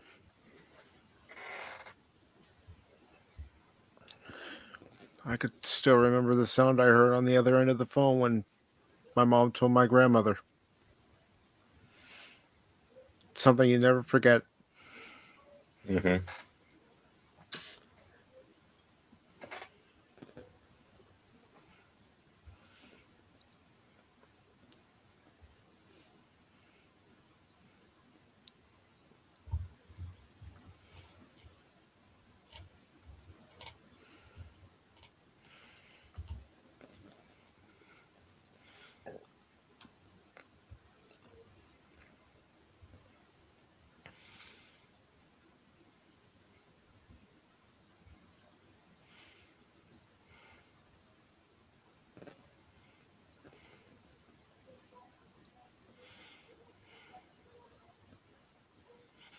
Mm-hmm.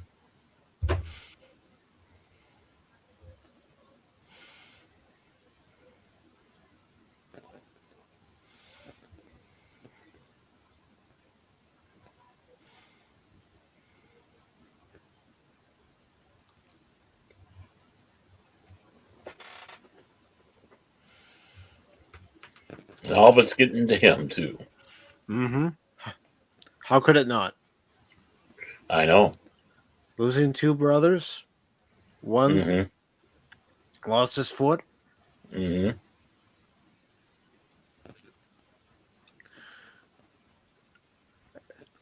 And now he's venting all his frustration in the ring. Mm-hmm.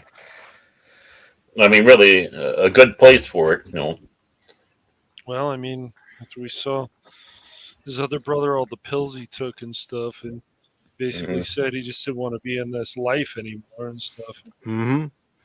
Right. Starts reminding me of my neighbor across the street and stuff. That he's had some horrible tragedies in his family, and one of them is his brother didn't want to live anymore and got on a train tracks. And well, I'm not going to go into more details, but I think we all pretty much know what happened. Oh yeah. Yeah. Good to see you, Lady Mist. See, there's nothing wrong with pushing your kids, but pushing them too much is what's hard. Mhm. Yeah. And don't project yourself on the kids. You Right. find out, you got to watch and see where their talents are and encourage that, even if it's not what you really want them to be. Right, exactly. And you just root them on and give them advice as best as possible. And, But unfortunately for Fritz, he wanted his kids to succeed where he didn't. Right. You'd be great with that. Yeah. He was, very obsessed. Yes. At least that's how the movies portrayed him. You'd have to ask Kevin Von Erich how his father actually was. Yeah. Right. I mean, I don't know how involved he was with this film or whatever, but.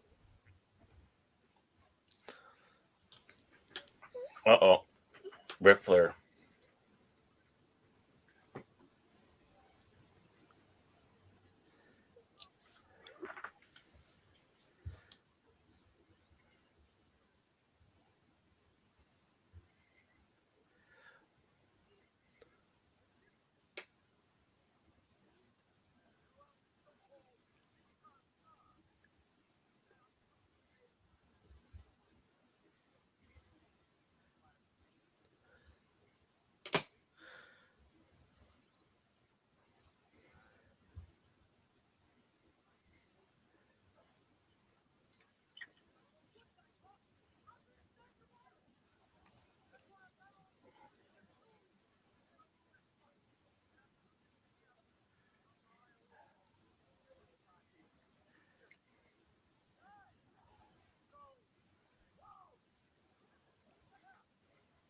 At least that's the woo part done good. Yeah, but there's so much more you could have gotten better. I know. You could have just watched that episode of Baywatch with Ric Flair, and I'm sure he would have figured out a lot of things. Mhm. Serious. I think he just needed a little bit more time to practice. Because if you watch enough and you observe enough, you can get the mannerism of Ric Flair. Right. Which is one of if he even cared, Yeah. Right. Yeah. And this isn't criticism of the movie. They could have found someone that looked a little bit more like Ric Flair. Yeah. And acted. It's a fair point. But the promo they put in this movie for him wrestling one of the Von Erichs, that's not the promo. The promo. No, it's not. You can find it on YouTube. Yeah, you can find it on YouTube. The promo that they're using to base that off was Ric Flair's promo on Ronnie Garvin. That's when he started talking about the Rolex watch, the leather, not leather shoes, the alligator shoes, and what the actor's wearing in this promo, copying Ric Flair. Ric Flair never wore anything like that. He wore suits. He was 99.9% of his promos. He was always in suits. Interesting. Yep. Like I said, no movie's picture perfect, but this little nitpick, they could have did it a little bit more accurate. No, but again, no movie's totally 100% accurate. No. But still, when the man's still alive, you can even talk to him and. Yeah, hey, I would have you for 10 minutes. 10 minutes would have been enough. Mm-hmm. Well, you know what would happen? Oh,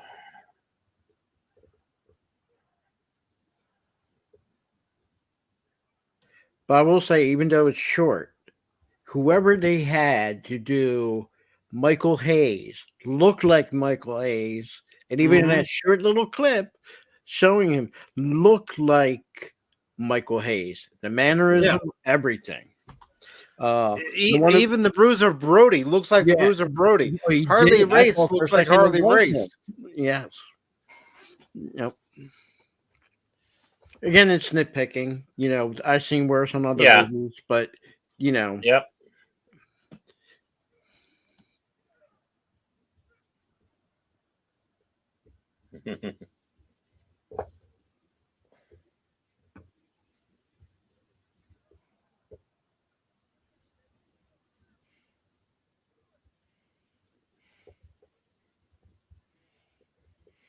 Little pent up anger there, Kevin. Yep. Mm-hmm. Think about it. Everything's building up to the surface. Yep.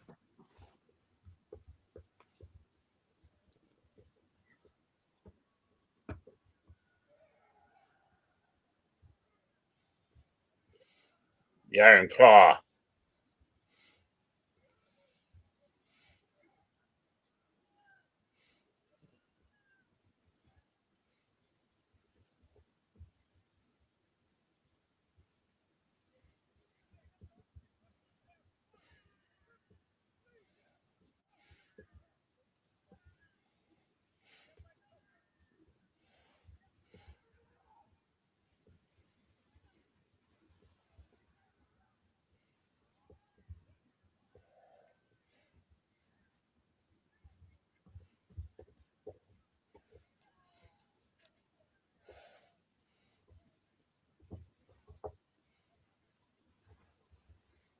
A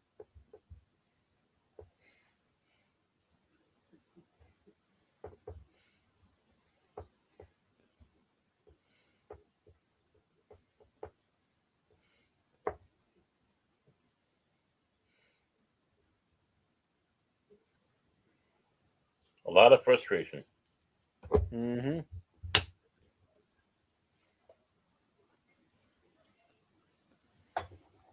Probably bought that belt off of WWE.com.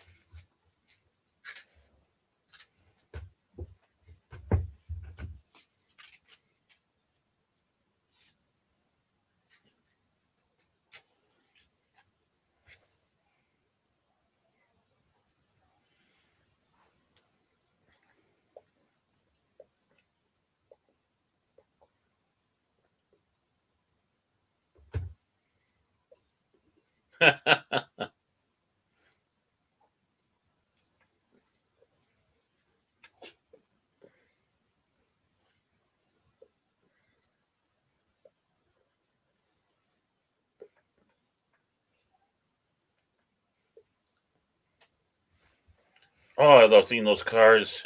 Mm-hmm. Brings you back, doesn't it? Yeah, it does. I miss the old wagons. I Me do too. Me too. I wanted the station wagon so bad, especially with having the kids and all that. But it's like, who makes them anymore? It's like, we're gonna have SUVs. I no. Sorry, I got testicles. I'm not gonna drive an SUV. Not SUV, but minivan. They were actually called cars. What you see today is what you would call mid-sized car. Yep. Because they were mid-sized back in the day, but them normal sized cars. The boats, because you used to have the seats that, it wasn't unheard of putting 8 people in a car, even if you Yeah. didn't have a wagon. That's why I love the Crown Victoria. That's why I was so sad to get rid of my Crown Victoria, but it was getting up to be 200,000 miles on it, and Well, you got your money's worth. Mm-hmm. And they were cruisers because every time you go over a bump, you didn't really feel anything. No. The weight and all I that. used the design of the car, like split down the middle. There was always that raised little bump that was the gas pipe. You don't see that in your car today. But the gas pipe was raised. It was that divider in your car. Mm-hmm.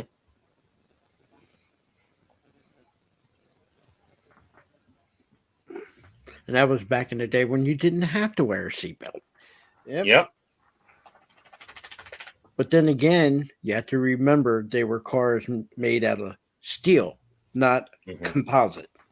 You know, Yeah, you tag not that. fiberglass. Yep. You tag that, you can probably keep on going, no problem. Go home, you take a plunger and bang it out. Mhm. Today, if you get a little fender bender, your car's in the shop for a week or two. If not more. Yep. Mhm. And and it was a luxury item to have a cigarette lighter in every car. Well, how else were you going to light your firecrackers? No, really. I mean, that's what we did. We saw firecrackers by using the Cigarette cigarette lighter. lighter. And see, they don't really focus too heavily on Kerry's WWF run. Yeah, it's a shame because that was a big deal to him. That was a very big deal and a lucrative deal. That's probably, like I said Yeah. before, one of the biggest deals he got from any wrestling organization.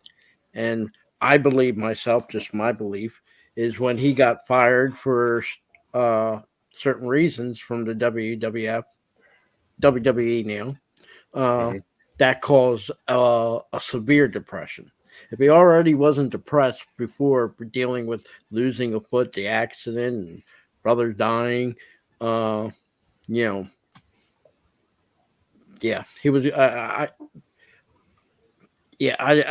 feel bad. I understand why they did fire him, but to me, out of McMahon axing him like that, where other people have done worse and were dealing with worse, and he stood by him. Yeah, I don't understand it. I never understood it. You know. There are a lot of things you could question about Vince's decisions, and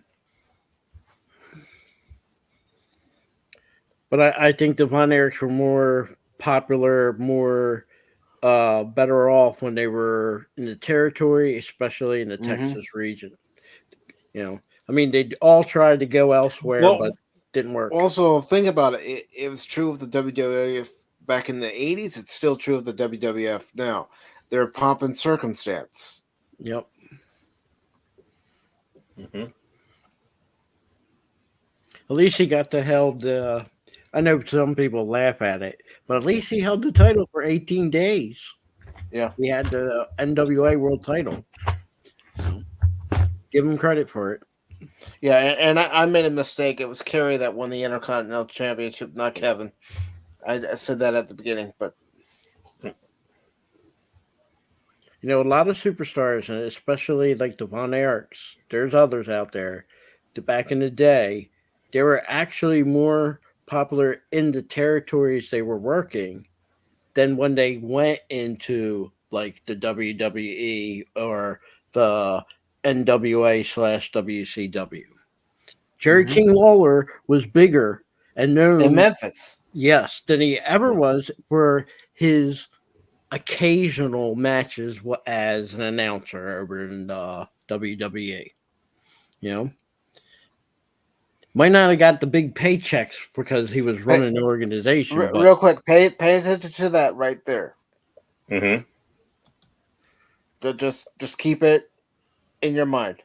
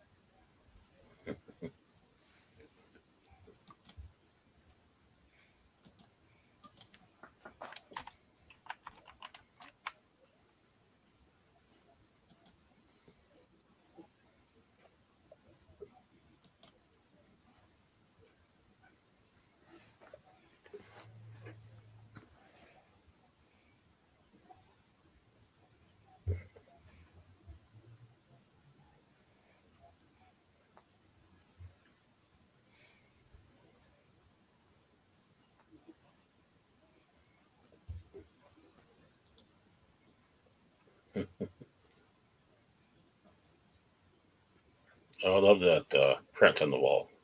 Mm-hmm. You would see wallpaper like that back then. Mm-hmm. It gave it charm. It gave it warmth. Mm-hmm. The house. Yep. It really, really, really did. Mm-hmm.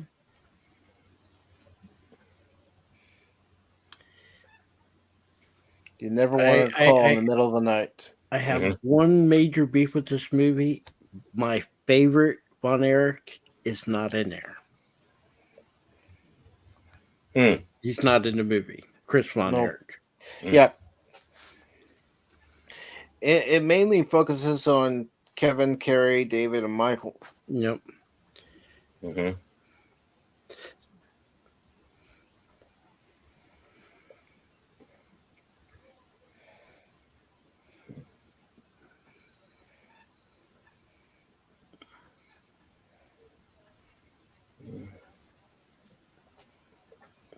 Yeah, but the one thing that gets me, and I understand it, they mentioned the one brother that was the young boy when he died. Yeah, But Jack Jr. Like I said, they don't have a mention even for Chris, Yeah. I mean, I understand it because if you keep him in there, okay, the movie might be a little bit too long for some people. Mm-hmm. But he's a Von Erich and he was a professional, and probably the more sickly of the brothers because he had that disease with the bone, where he was. That's why a lot of organizations didn't want to pick him up because even in simple wrestling moves, he was breaking bones. He had some type of bone disease that unfortunately was plaguing him. So, good guy, liked him. Maybe he shouldn't have been a wrestler because of the way his bones were, but yeah.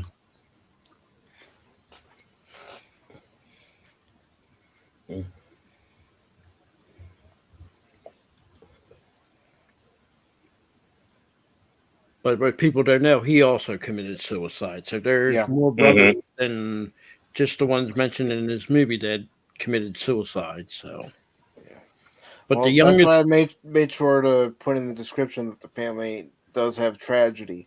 They have triumph. They have tragedy. The young boy was, I think, maybe 5 or 6.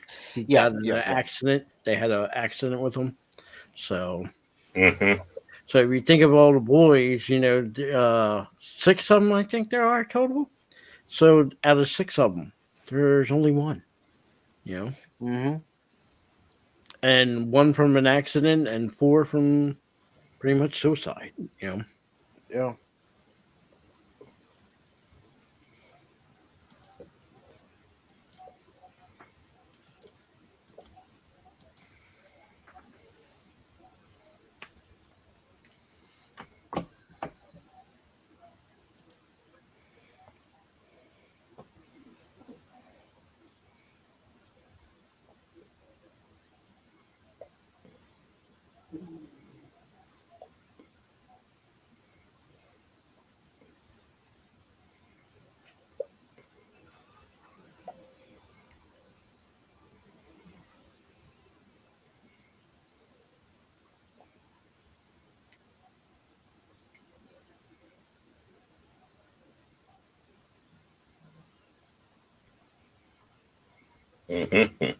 Remember what I said.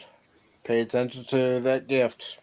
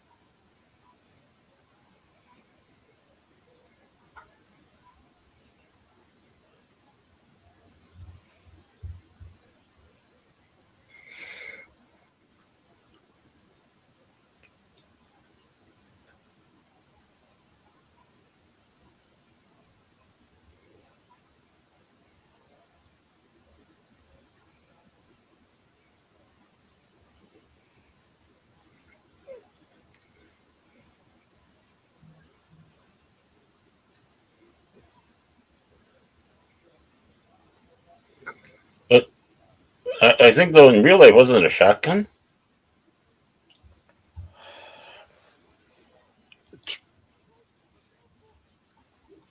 Let me look it up. Let me look it up. I don't want to say Okay. yes. I don't want to say no.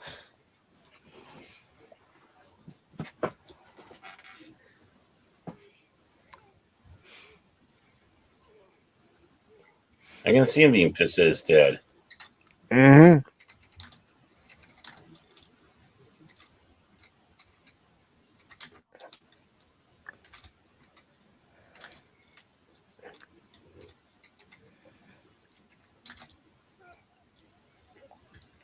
Oh, by gunshot. Sorry. Okay. I thought it said shotgun, but I read wrong. My apologies, people.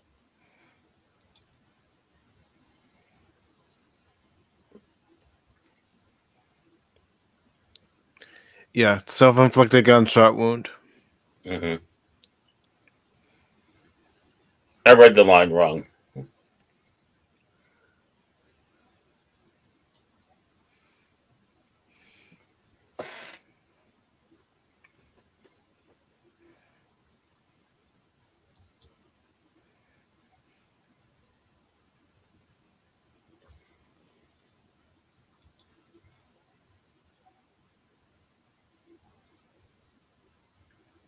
Yeah.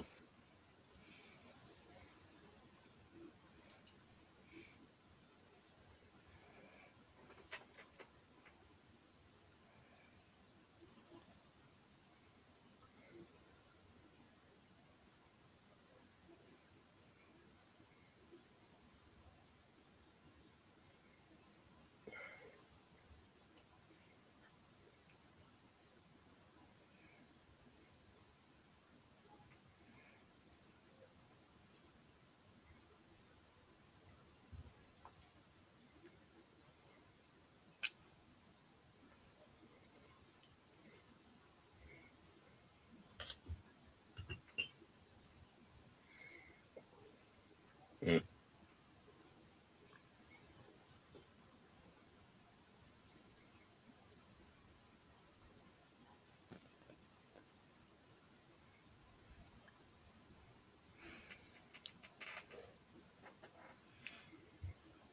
I still think this is a good scene too.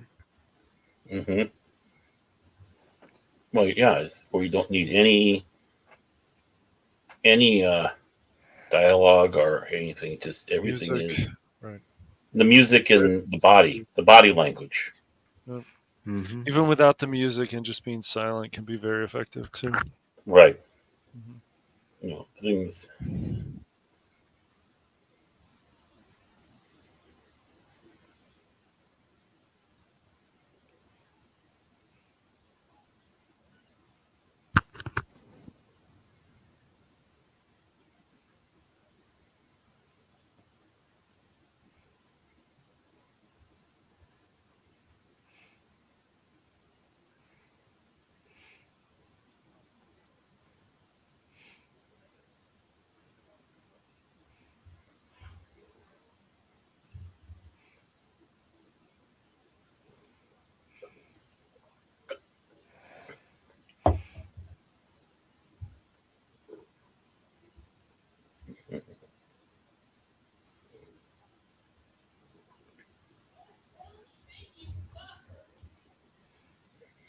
Oh my! I'm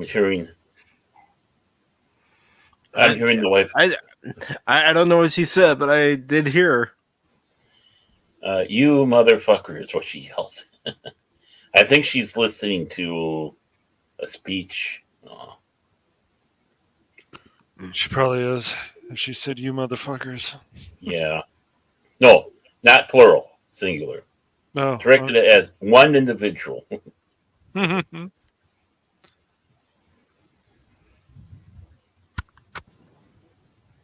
That's the most I'm going to say. Well,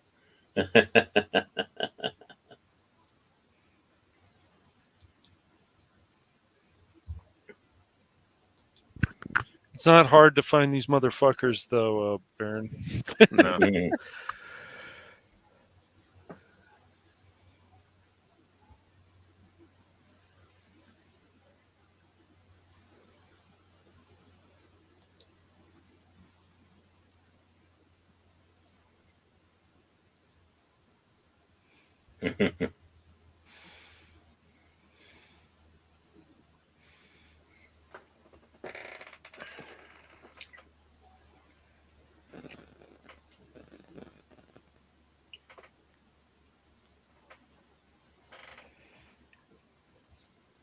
Now, this is what wrestling was built off of, is, arenas like this. Yep. Wasn't it built off the huge arenas or huge venues? It was built off small sportatoriums like the Dallas Sportatorium and many others. Mm-hmm. High school gyms. Mm-hmm.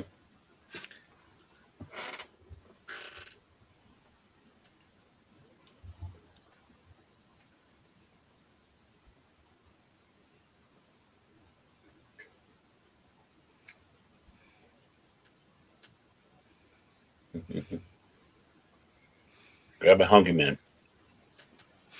Yeah, grab a Swanson's.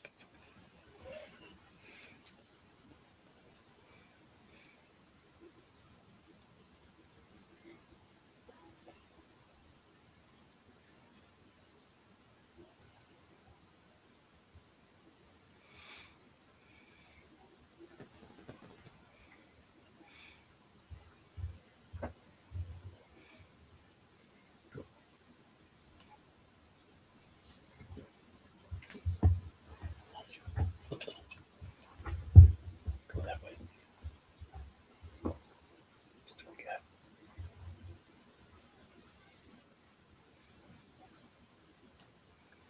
The wrestling of yesterday was much different than it is today. I mean, Yeah. even how they get paid. I mean, back in the day, you got paid after the event, Mm-hmm. and if you brought home 2 or 3,000, but not sometimes even the big name person didn't bring 2 or 3,000 an event, but that's the thing you did $2,000, $3,000 back in the early '80s. That was a lot of money. Yep. Yeah. And they didn't get the contracts like they get today. Like today, you get a contract.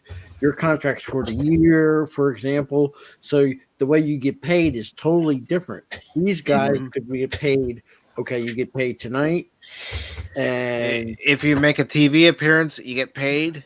If you're on a pay-per-view, you get paid. If you don't get used, you don't get paid. Yep. Yep. And it's, sometimes, not all the time, depending on what the organization felt about you, you could be gone in a couple of weeks. No reason. Okay, sorry, we can't use you. We got too many slots to fill. Mm-hmm. So now you're off looking at another wrestling organization, and again, you always got paid by event. Mm-hmm. Unless you were back in the day in the mid '80s, unless you were a Hulk Hogan or a Ric Flair, you didn't get a guaranteed contract. Or Macho Man Randy Savage. And Yep. Mm-hmm.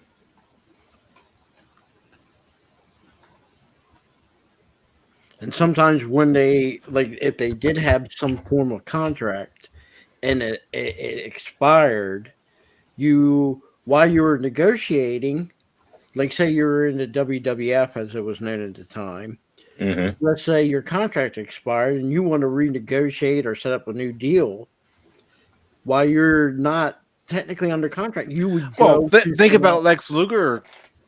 He wasn't under contract with WWF. He was still wrestling for them, and then WCW offered him a contract. And the premiere episode of Monday Night Nitro, he shows up. You do know that Eric Bischoff did not want to bring Lex Luger back. If it wasn't for Sting saying that bring him back, he didn't want to. Eric Bischoff didn't want to bring Lex Luger back. Yeah. But I know a lot of times there were a lot of wrestlers, while they're waiting for a contract with the company they were trying to get back with, they would go off and they'll go to like somebody like Memphis, Smoky Mountain, or whatever they were called down in Florida at the time. And while they're busy negotiating, since they needed work, they just went elsewhere. And it was only a short period of time. And then they were right back where if they got lucky to get a contract back.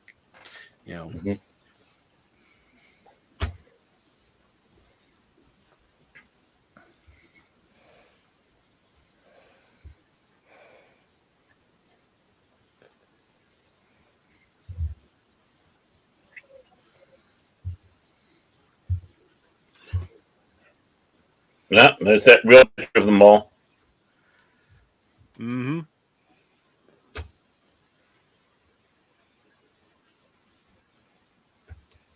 The one sad thing that I remember is when Terry won the championship from Ric Flair, and he had it for 18 days.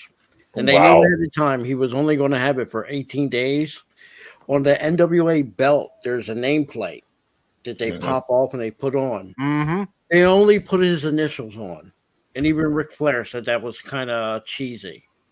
At least put the name on there because, anytime somebody won the title, and again, they knew ahead of time they would put the name on there. But for him, they didn't. They only put initials. That was kind of sad, because that was his first time ever winning a championship, the world championship.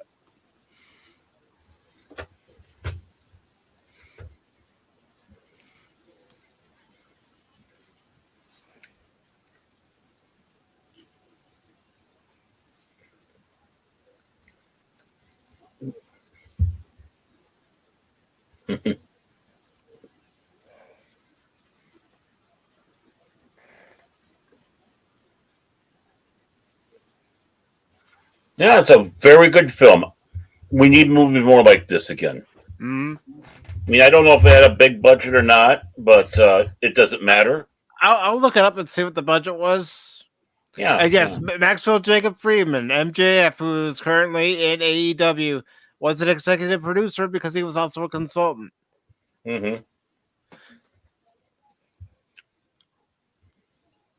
Too bad you didn't sit back and say, you got to do something about this Ric Flair. He sucks.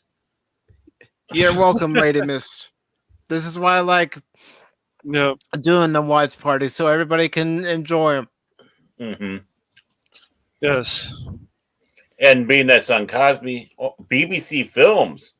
That answers some questions on the film. Yeah, as far as why you don't.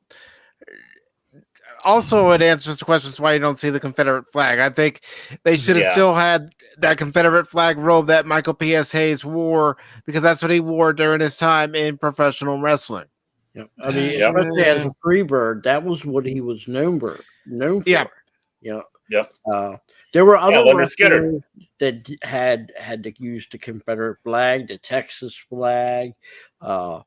I think there was one wrestling tag team that used the Alabama flag. It is what it is, but it's the equivalent of taking Hulk Hogan and let's change the colors from red and yellow. Just doesn't fit. And then bandana. As far as the movie budget, it says 15.9 as reported in the film's metadata. It says 20 million mentioned in an article as a scale for director Sean Durkin's previous projects, including a planned Janis Joplin biopic that he's working on too. And then it says 20.4 million cited in another article as the film's budget. So let's go with the 20.4 million. And let's also think of another movie in 2023 that had a budget near 20 million, and how well that movie looked, how well this movie looked. It goes to show that you don't need to spend an exorbitant amount of money to make a good movie. If you have a good crew, a good director who has a good vision, good actors, and a good story. Yeah. Because once again, like, what has happened to a lot of films that we saw with this movie? We went back to a lot of the basics, things that worked, building the story, building the characters, doing things like showing less is more, just scenes where you just don't have to really have any dialogue, or you just have music. Instead of all this action-packed nonsense, goofiness stuff that just doesn't make any sense, but the writers and the directors and the producers and whatever will say, this will make sense. This is going to be great. This is going to. Then, like Mike said, these movies are over budget. Even the last in Mission Impossible film was over budget. It's just, these movies are bloated, and they Right. don't have to be. Even No. stuff like the last Indiana Jones movie, I think, was even over budget. Oh yeah, it was all the reshoots and all that. Yeah. Right. But they just forgot a lot of things that have made movies what you would call actual magic. And you saw, however you feel about wrestling, if you know about it that much or you don't care about it that much, this movie is so much more than wrestling. Mhm. Just like movies like Ray is so much more than him being a musician. Because we're going through his life. Like, it's just from when he's younger to when he gets older, and the scenes and how impactful it is. With these brothers, except one was left, you actually felt something. I know it's shocking, but yes. Well, yeah, it toys with your emotions in the proper way. Exactly. Telling the story, making you care. That's right. Making you care for these characters and such. You want to hang around and sit on the porch with them and have a beer. That's right. Right. Yep. And we've seen scenes before, like where they're in the afterlife, and now they feel like they can be together, but it's very touching. There's other stuff, just like we've even seen in anime. Look at things like Sword Art Online.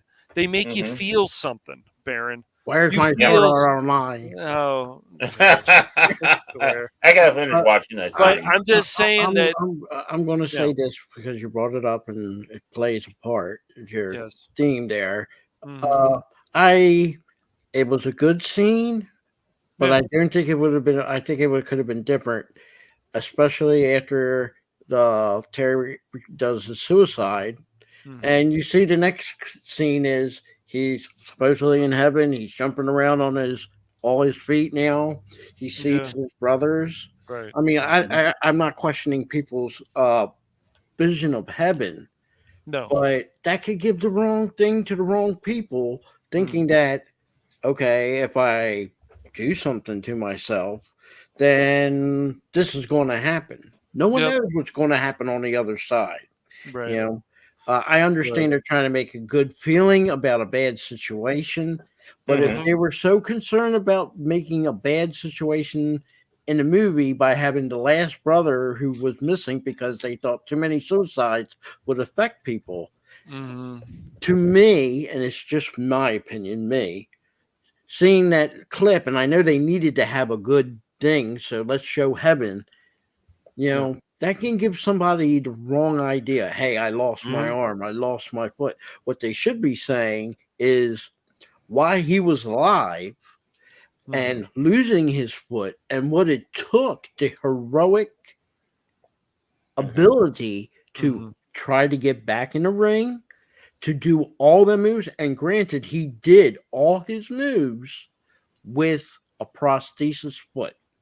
So that's why I have so much respect for him, not just as a wrestler, not just as a performer, but as a individual. And like I said, I talked about it a little bit, and I said it, his dubious firing from the WWF at the time played a major role. It wasn't his foot, and I don't believe it has a small amount about his brother's passing, but his being fired from the WWF was a major trigger for him, because that was his. Even though he won the title over in the NWA, mind you, it was only 18 days. And then they didn't support him after that. They pretty much let the Von Erich go. But when he signed with Vince McMahon in the WWF as the Texas Tornado, that was huge for him.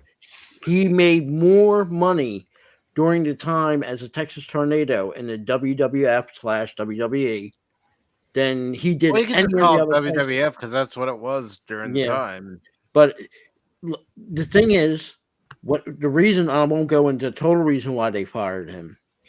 People have done similar to what he did at the time, and there was no action taken. But for him, and I guess they wasn't A tier, even though he was very popular was his name, he gets axed. And we know more people at that time were doing things that he was doing, but to fire him like that, and you know what? Business has to do things what business does, but sometimes business doesn't understand, and I don't think it's their job to. Individual people, what the effect of firing somebody, and even at that time when he did get fired, there were other wrestling organizations he could have went to. Might not have got the big payday like he was getting into WWF, but he could have gone to NWA, WCW. Yep, that was around during that time. UWF that had Sting and what's his name? The Ultimate Warrior came from.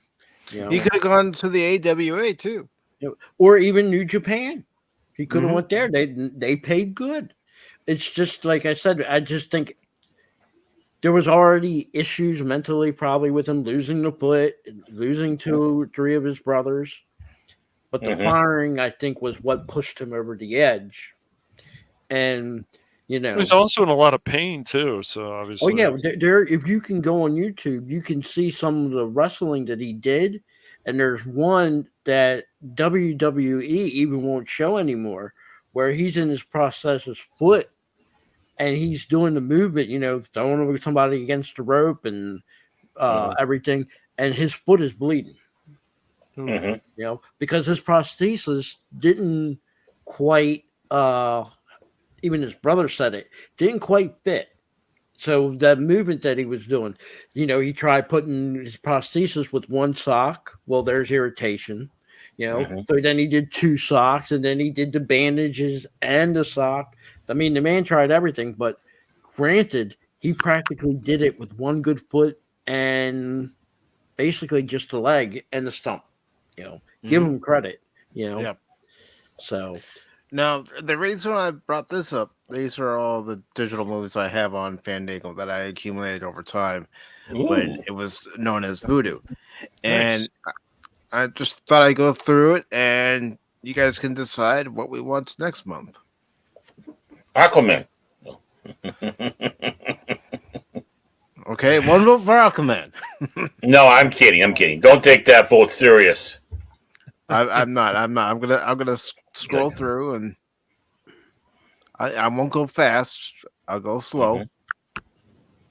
I won't do a vote, but can I do a recommendation? Okay. What's your recommendation? Bambi. Okay. Oh, no, I'm serious. Bambi. I can tell by your voice, Phil, that you're serious. I am serious. Yeah. Bambi. Yeah.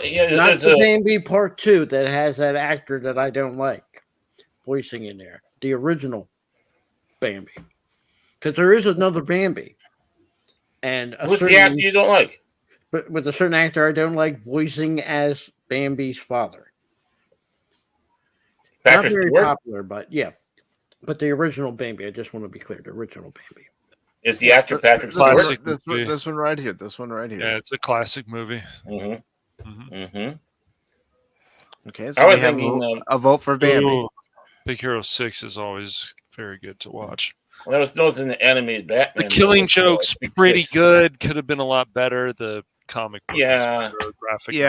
I didn't really like the Killing Joke that much. I just didn't like it that much when I saw it in the theaters. It was pretty good, but oh, you saw it in the theater? Okay. Yeah, I only seen it on DVD and all that, and you know what? The first half was totally unnecessary. You didn't need to do that, and especially having Batgirl and Batman getting together, if you know what I mean. It just did not make sense. You could have turned the entire movie off of that graphic novel very creatively.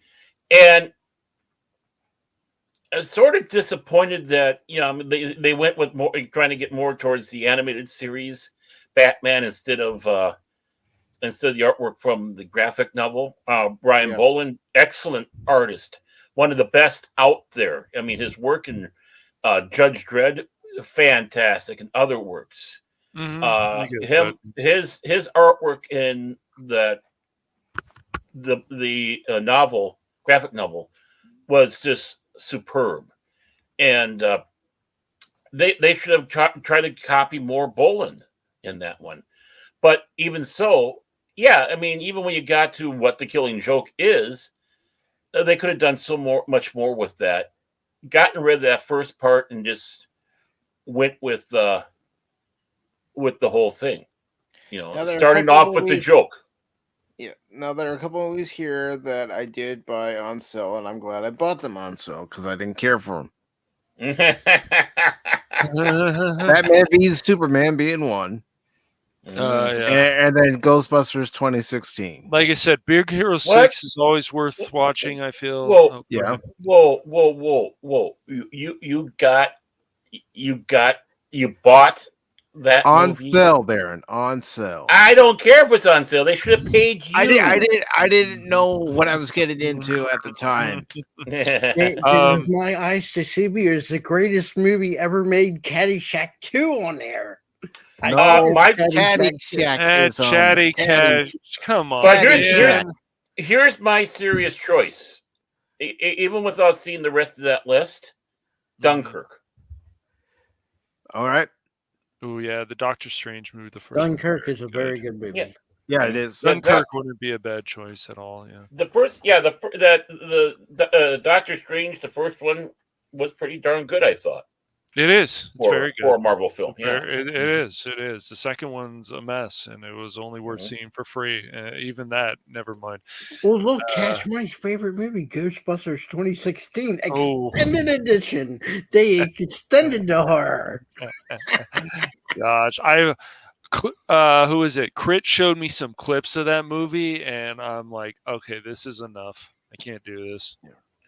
Oh, you know what's interesting? You have Field of Dreams up there. That Earth Cam sometimes shows that actual field, and the people out there playing on it and all that. Yeah, it's interesting to see that.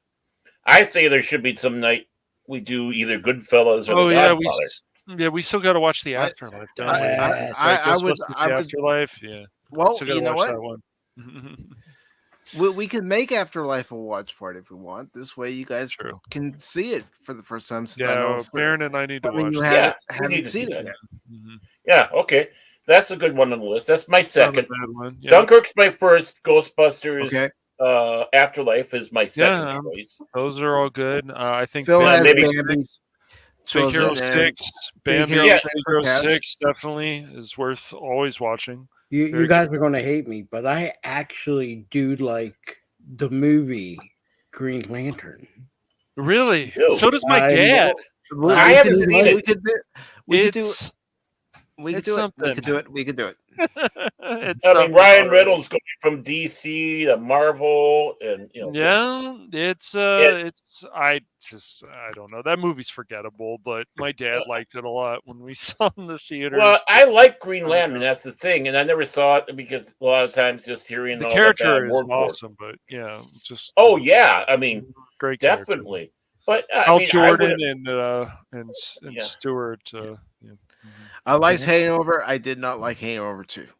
I didn't mind Hangover 2. It does get really gross, but Hangover 1 is the best, and 3 is better than 2, I think. Yeah. Hidden Figures is another good movie. Haven't watched that yet. That's about the ladies with NASA, right? Right. Yeah. Black ladies that were involved with that. Yeah. Yeah. I heard good things about it. Yeah. Incredibles 1 and 2, I feel are worth watching. I still think 1's better, but 2 one's incredible. Yeah, 2 was good. 2 was good. 2 was. I still say we need to have a third one just to get them out with a good. That's good why just Pixar can just keep sticking it to Disney basically with just hopefully they can go on a better path now after all the success they had with Inside Out, because it's more them than Disney, but Disney still deserves credit because Jersey Boys is a good one. Yep. And yes, I have the animated Jungle Book. I also have Little Mermaid. Nice. I have the live action. Jurassic Park. Nice. Okay. Yeah. Originally, King Kong. You don't like the Lone Ranger? I like it. My mom and I that one? My mom and I saw it. We were the only ones in the theater watching it. We both liked it.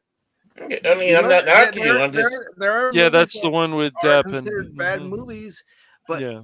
people like them. Yeah, I Yeah. always give my dad crap about liking Wild Wild West. Mhm. Oh, Life is actually a pretty good alien-like movie. I'm not gonna say it's alien. The Lego movies are enjoyable. The Batman one's enjoyable, and the original Lego movie Mhm. is enjoyable too. They really are. Memphis Bill. Memphis Bill is a fantastic movie. Yeah, it is. But I do Making know my Movie is a good movie too. yeah. I remember my grandfather saying because they open up with the party in the hangar and they drop all these balloons. And my grandfather goes, they would never have done that because the rubber was needed for something else. They wouldn't be wasting it on all these balloons. And then I bought this for my sister, physical copy. She gave me the digital code because she knows I like to use the digital code sometimes. And The Natural is definitely worth watching. Of course. I would say Robin Hood. Robin Hood, I Maybe didn't think it was bad. Robin Hood, the one with there was Russell only one Crowe, I thing thought wrong with that wasn't movie. a bad That film. actor that should not be named shouldn't have been in it. No, you're talking about Men in Tights. But hey, about in Men in Mr. Tights, he was in there for a short time, and Mel Brooks likes Patrick Stewart. He calls him his captain. The Revenant. I've never watched Sausage Party. I don't know if I ever want to watch it. I don't want to see that. Oh God. It's one of those movies I just watch it just because I want to watch a shit film. I'll be honest. Okay, there we go. Well, let me have booze first, and we can have a party watching that. I mean, even if it's just amongst ourselves. It might be up there with Reindeer Games, and that's not saying much. You guys remember, or Mission to Mars? Oh, Mission. Or X versus Sever. Oh God. No, that was a bad action movie. You know what I've been really itching to see again? Star Trek II, The Wrath of Khan. It's a great movie. We could make that a watch party. I mean, you see that I have it.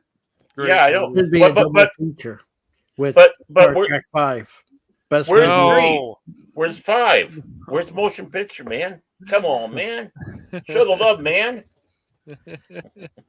I went with the ones I like. Yeah, I love Star Trek 5. I have to say, I didn't realize until somebody I know told me about it. I didn't realize how much I needed to see blood on Tom Holland's Spider-Man. And when I finally saw that in No Way Home, I was like, oh, look, raw emotion. Oh, okay, Tom, so you can do raw emotion. Okay, man. All right. So Mike, props. You have Insurrection in Nemesis, but you don't have Star Trek 3. No, I don't have Star Trek 3 on digital. I do have a physical. The Search for Spock. Yeah, but I'm talking about movie. Yeah, I mean it's got Christopher Lloyd in there going. When it maybe gets to warp 8.8, you're going to see some serious. And I was gifted this from a friend. Oh, they're not your friend no more, right? It's whatever. All I'm going to say is, look, if you enjoy the sequels, at least go back and watch the 6 films, please. Yeah. Do yourself a favor and go back and watch those movies. This is the end. I thought it was funny at the time. I haven't watched it since. It wasn't terrible. It was okay. So you were gifted that one, but you bought the other 2. Okay. Because I was still under the hype. I'm sorry. It's There's a okay. movie there that's underrated. Uncle Buck. We do stupid things when we're still under the trance, okay? Yeah. I'm guilty. Guilty as charged. Hey, I have to sit back and say, at least Force Awakens was able to be watched. You know, I know people want to argue about Ragnarok, but I still enjoyed it. I liked it better than the second Thor movie. Mm-hmm. I still think the first Thor movie is the best out of them. Oh yeah. Yeah, that's definitely. But Ragnarok that is fantastic. It was enjoyable, even though Titi Wada Titties did it. So you know, he also did. Anybody for Uncle Buck? Oh yeah, I'm on it. Yes. Venom was okay. Venom 2 is Venom 2. Oh, Venom 2. I haven't watched Venom 2. I don't want to watch Venom 2. It's too short, and the relationship between Brock and Venom gets really creepy and not in a good way. It really Hey, does. Watchmen would be a good choice. Watchmen is very underrated, and it's very close to enjoy the it. graphic novel. There's a few things at the end that they changed, but overall, majorly changed. Yeah, with the squid, was it? If I remember, the giant squid Well, at the end. Well, we don't want to spill anything. All right, but, fine. But I don't whatever. know. Phil's probably seen it, hasn't he? I mean, that movie's been out for a long time, Baron. But I know what. I've never seen it. You haven't? Okay. Have you read not any seen of the graphic novel? Oh, hell yeah. You've read the whole graphic novel. Okay, well, then you'll enjoy the movie, dude. I need to actually buy it. I got it out of the library, but I need to have it part of my collection. I know it's Alan Moore, but Alan Moore did The Killing Joke, which was brilliant. And, you know. He did, yes. He's just politically, though, we won't go into that, but. Well, this says maybe Thor. She also adds Lego Movie is fun too. Everything is awesome. Yeah. I definitely the first Wonder Woman movie. I don't care what some people have to say about it. It's an enjoyable film. Mm-hmm. It's worth watching. It's worth owning, I feel. The animated film is also good. Is quite good too. Yes. Kerry Russell voices Wonder Woman. She does a good job. She does. Mm-hmm. Yes, she does. And Nathan Fillion is the shit. Her lover. Steve Trevor. Steve Trevor. Thank you. Mm-hmm. Thank you. Yeah. But going back to Watchmen, anyone who has not read it, when Alan Moore is on point with his stuff, he's good. Oh, I'm sure he really is good. But you were saying about his that part I don't give a rip about. His attitude to how comics should be and such. I have a problem with. Yeah, that's the thing I have a problem with. I've read. Well, the guy's crazy. The guy I know. Really is crazy. I agree, dude. I can't argue with that. Oh, Unforgiven. Unforgiven. Unforgiven Spaniard. Oh, watch The Unforgiven. Remember when Clint Eastwood said that was going to be his last Western?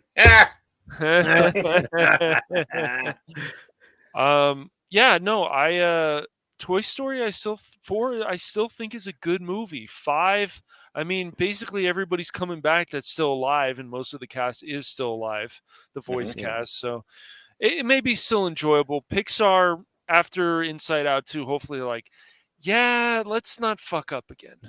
Let's just not. There's some good options on here. I mean, what you have on this Cosby, that can Ice take Age is enjoyable. A lot of our. Ice Age. Oh yeah, that's hysterical. The former long suffering. I went to see that in the theater before we had kids because, maybe we did have the kid, but she was too young, so it was like pass her off to the grandkids and we have a date night, and we loved it. I mean, I watched these films before I had a kid. I don't care if I was the only adult in the theater watching it. Because I love animated films, and these were good ones. Me too. It's funny too, like stuff like Iron Man 3 is so much better than a lot of Marvel stuff we've gotten, and I don't think it's overall a bad film. I still like one the best. I didn't like it that much at the time. Yeah. I liked it enough where I could still watch it, and obviously, I thought it was a good movie. I don't think it was terrible. I don't know. I've never watched Creed, and I would definitely be interested in watching Creed. I really wish movies would be more one and done. Yeah, I think sometimes they should be, man. But this, like Toy Story, I loved the first one. Second was okay. Great. Third was fine. But then after the third, it started getting the Fast and the Furious time. I still like the Furious end, please. If Dom's not in Fast and the Furious, I can't push myself to watch it. And even though Fast and the Furious, I have to always admit that it starts getting crazier and crazier with the stunts, and things are getting somewhat stupid. Like the whole thing with the car in space got really dumb, but those movies can still be fun, and there's still some cool action sequences. And I like this whole thing about family. It's just always funny when usually at the end of the movie, they have lasagna and all the family comes together. It's just funny. There's a certain point, and I see Fast and Furious 7 on the list, but there's a certain point, that's the problem with Hollywood and writing today. They can't end the story. I know. I know You they know? can. I mean, like, even, you go back and watch Ant-Man. Ant-Man is a very good film, I feel. But you go watch Quantumania, if you ever watch that, and you're like, man, this Don't movie remind is, me. it's Don't bad. You watched remind it. me. Yeah, I watched it on cable one day. Or I think somebody showed me on Discord. It's bad. It's so all over the place, and you're just like, what is this film? What is this? Yeah. You know, I hate to say this, but I don't want to hurt Mike's feelings. But somewhere in Hollywood right now is a script written for Tombstone 2. Yeah. I What? hope first. I hope it doesn't Or exist. remake. There probably remake is. it. There was also a film even of Halo, because we had the script at our script library at college, and it was I don't know, that never got made. I don't know if there's ever going to be a live action, not a fan film, but an actual live action movie of Paramount. Of course, we've got recently the live action TV series or whatever, but yeah. I don't know. A number of years ago, they did have a live action script ready for Halo. It's crazy. And Never of came out course, though. Yeah. we could have a Yes. night where we watch Oh, hell Batman the yeah. animated series, All a few episodes, dang day long. All day long. or We can. Bang Pow Zoop, Yep. We can the hook 66 that series. up on. Yep. hmm Yep. We can figure that. And of course, I still have access to HBO Max, as I'm going to keep calling, not Max, but HBO Max. And HBO Max decided, hey, we're not going to actually get rid of the Justice League Unlimited, Justice League, Batman the Animated Series. Thank you, Zaslav. But that doesn't excuse you who's still at DC. Get rid of that tool. Get rid of that fool. Yeah. Wait, I made that rhyme. All right. Yeah. So yeah, you all just let me know. Either send me a DM or let me know in the comments which movie you would prefer. And what's great about this, you can go to that link that he puts out there and watch it along with us. You don't have to worry about what position you're at, and you can join us in there and do chatting in there. And, well, let me also show you guys what movies that you can't see on my Voodoo/Fandango, but I do have on Prime. That are my movies, at least. Mm-hmm. Is The Crow somewhere there? Like Lady Miss was asking. I unfortunately do not have The Crow, Okay. but I'd be willing to rent it for Nice. a watch party. We can find it. It's not a problem. Yeah, don't worry. We don't have to show it on YouTube, so we can find it. Is that the original or not the remake? Yeah, it's going to be the original, yes. Thank Now, you. I know Jace being a massive Crow fan, even read a lot of the comics, I think, recently. He's going to give the remake a chance and see how it compares to the original. Well, let's see. Well, that's because he looks like the Crow in there. He does. That's It's not a joke. movie. No, it's does. that joke. Yeah. It's not a joke. He really does look like the Crow in the movie. It's crazy. This is Jason's big breakout in Hollywood. Is doing That's this film. right. Oh man. Yep. All right, 1 second. Trying to just get to my movies and You know, in your library, does it include Caddyshack 2? oh hell no, Dude, that movie. hell no, Phil. I'm glad Phil didn't get any more people to torture. Oh, I himself. had a lot of people ready to go. I had Jason that wanted to watch it. I I had know you did. Mike, I remember. what's his name's brother, Mike. Yeah, you did. Yeah, Paul's brother. Yeah. Yeah. And you know, I don't have to do anything. I just say, do you guys want to watch? And you know, as much as people hate Caddyshack 2, there's like this draw. You cannot stop watching it. Man, I could. It was more the fun of the suffering the other people. Yeah, I must admit, I was enjoying this. Mike and I did the best thing that day. Yep, reviewing season 5 of Cobra Kai. Yes. Oh, you Way missed out more all the fun then. Oh no. Yes, I'm sure hearing the aggravation from both Paul and Crit. And Crit was even like, look, I'm just going to skip this because I think Crit was showing the movie at the time. Yeah, he was showing the movie. We're going to just skip this. And Paul's like, no, I got to see this. No, Paul, you really don't, man. We're trying to help you. Yep. You really don't going, have to watch this movie. Well, and going back to this movie that we saw the Yes, Iron Claw. Mm-hmm. The Iron Claw. What's sweet is everyone has had relationship problems. They did. That, but Pam and Kevin have been married over 40 years now. They have not divorced. Even Fritz and Dottie divorced in the 90s. And so, I mean, right there, they have, just that relationship together, going through all that together. Look at even remember how Seabiscuit. Remember how he lost his son and his son took the car. You remember that, Baron? And then like their family fell apart after that, and they got divorced. And then he met somebody else. I mean, this is what really. I mean, that was really good storytelling. That's why I always laugh when people say, "Oh, that horse movie." It's like, no, it's more than just a horse movie, but yeah, just like this was more than a wrestling film. That's right. I mean, it's why when I did my out of the theater review, I said you don't have to be a wrestling fan to enjoy this movie. I agree, and I'm going to let my brother know that he needs to watch this movie. There's wrestling movies that were made intentionally to be more focused on the wrestling. Yes, that I would say I didn't like. The one that was before this that a lot of people were praising. I can't think of the name. Talking about the wrestler? Yeah, I wasn't a fan of that. You didn't like the fact that it had a cliffhanger? I thought it was good. I like the there's wrestler. Still some things I didn't like about it. Now, it's been so long. A lot of the movies you're going to see are the same. There are a couple that are on here that's because I used my movie thing where it links all your different places together.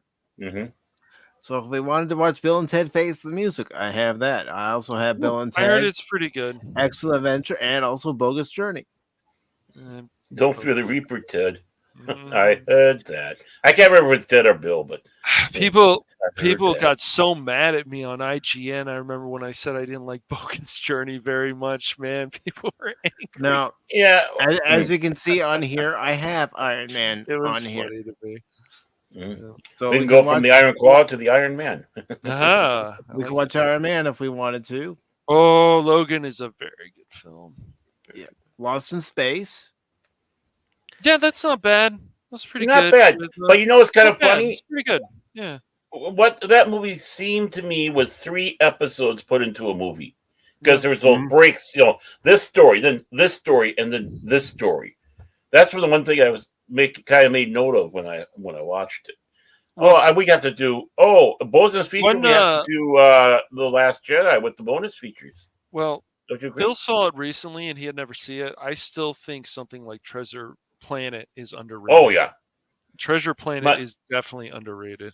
Yes. My late father-in-law loved that movie. 2014 Teenage Mutant Ninja Turtles. If I really wanted to make you guys angry. The steroid turtles, as I like to call them, yes. What you talking about, brother?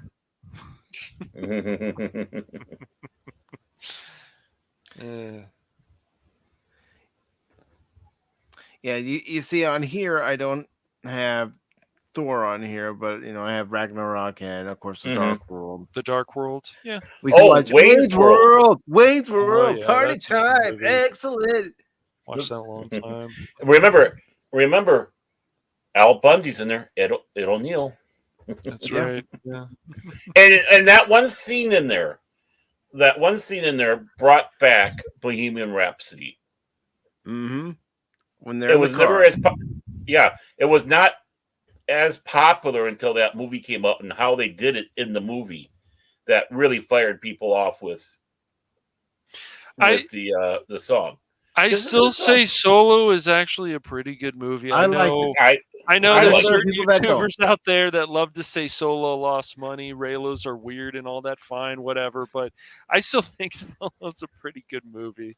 Cut Well, Ron Howard slack because he had to Yeah. reshoot He went 90% into a of that mess. movie. Mm-hmm. You know, Right. That's not easy to do. He practically had to redo a whole movie in Mhm. less time than he would normally have to do with the movie. He Mhm. didn't have time to perfect the script how he would want it. So he was already behind the 8 ball way before he even agreed to take it. Mhm. So Right. I give Ron Howard all the credit for that movie. Right. Unfortunately, like I said, you give him if a director has 8 weeks to say to work on a script, he only had a week. Mhm.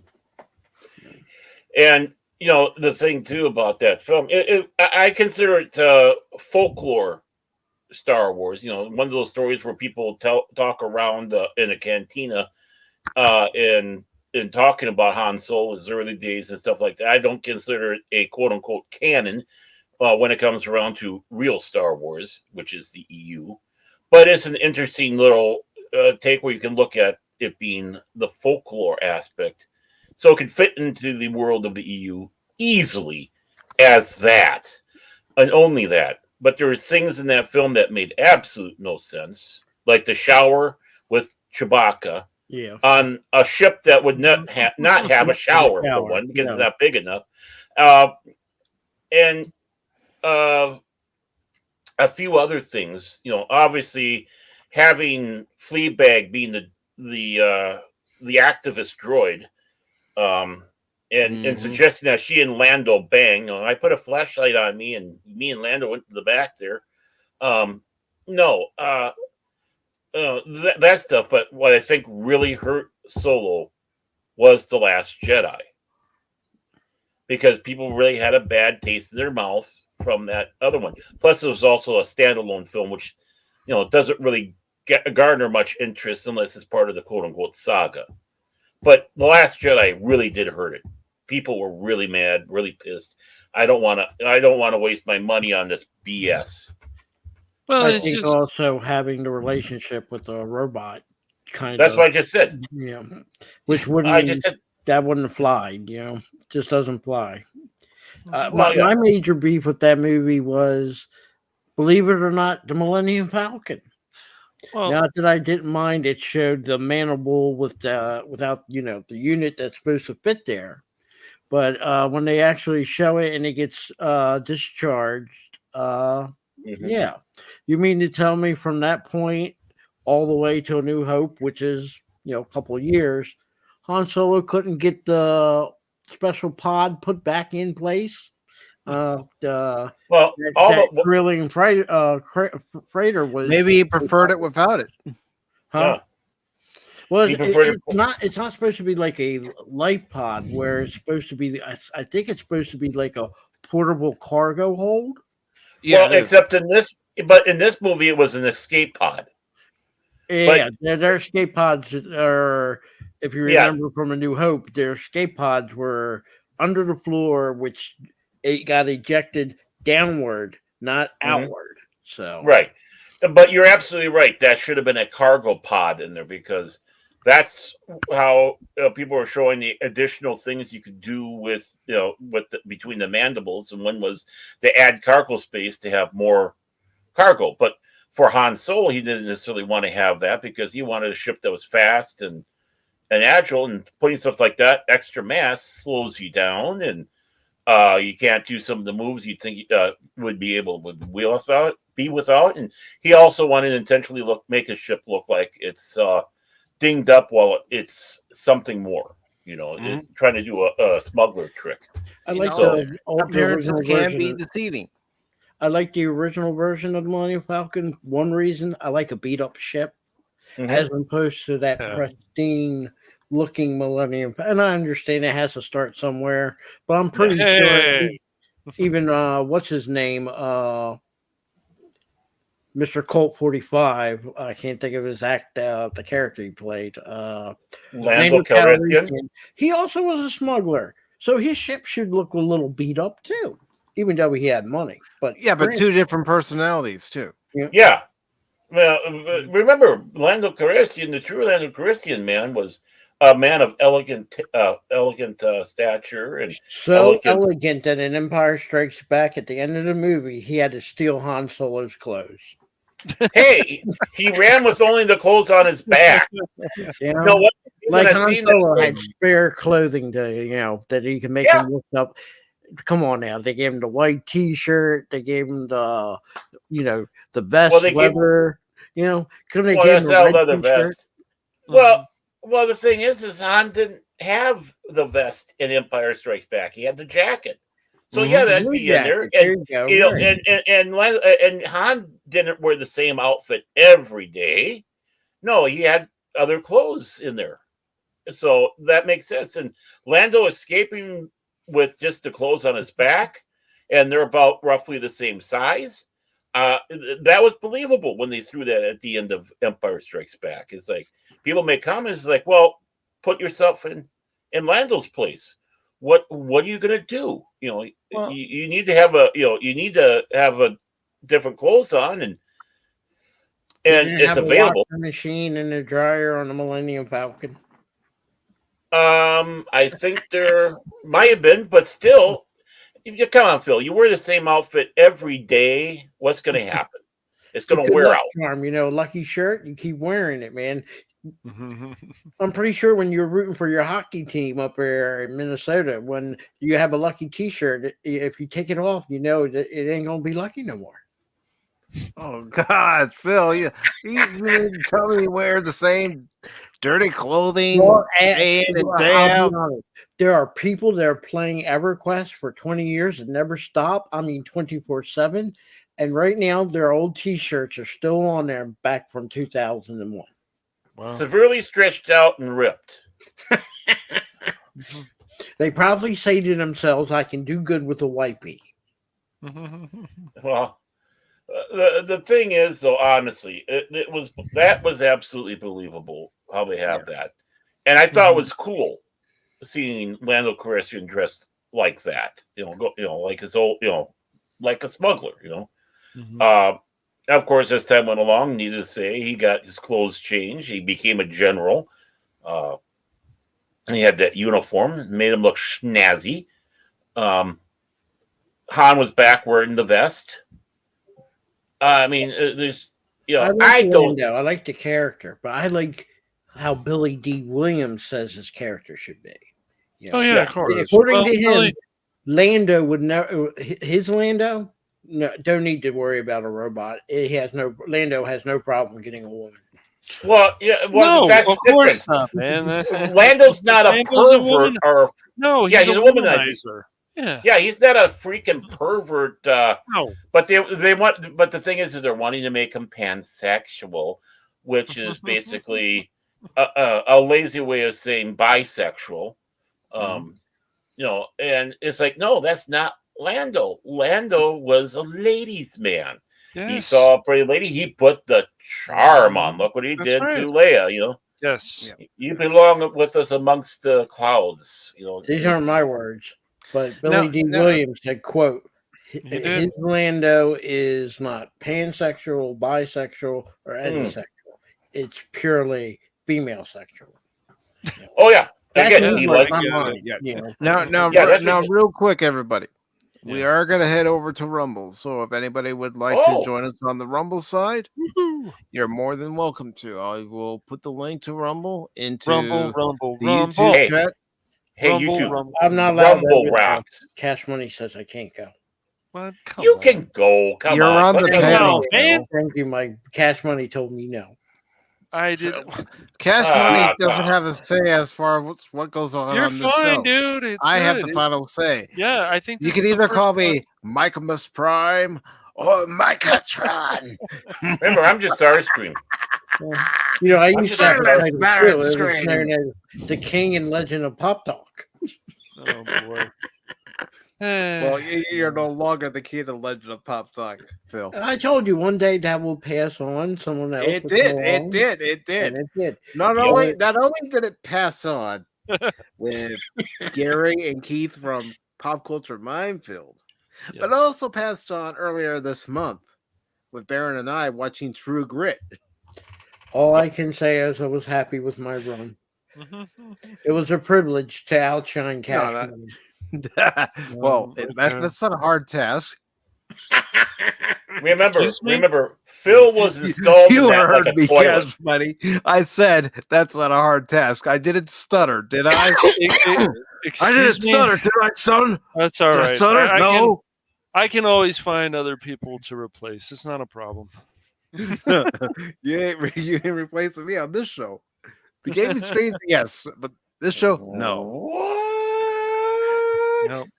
That sounds like a challenge. Mike's, You know Mike's what it talking sounds like? some, Sounds like we just watched a wrestling movie, and now we're about to open up a can of whoop ass. Cash, come on, it's time. It's time. You know our nature. Mhm. You know our nature. Oh yeah. All right, hold on. Yeah. Yeah. Let me emphasize it. Hi-yo, ho, ho. Time to put Mike in the dinghy. Enjoy your time in the dings. That ain't happening. That. All right, fine. You guys are forced to be to play this clip. Actually, I loved. Help! Help! I'm being repressed!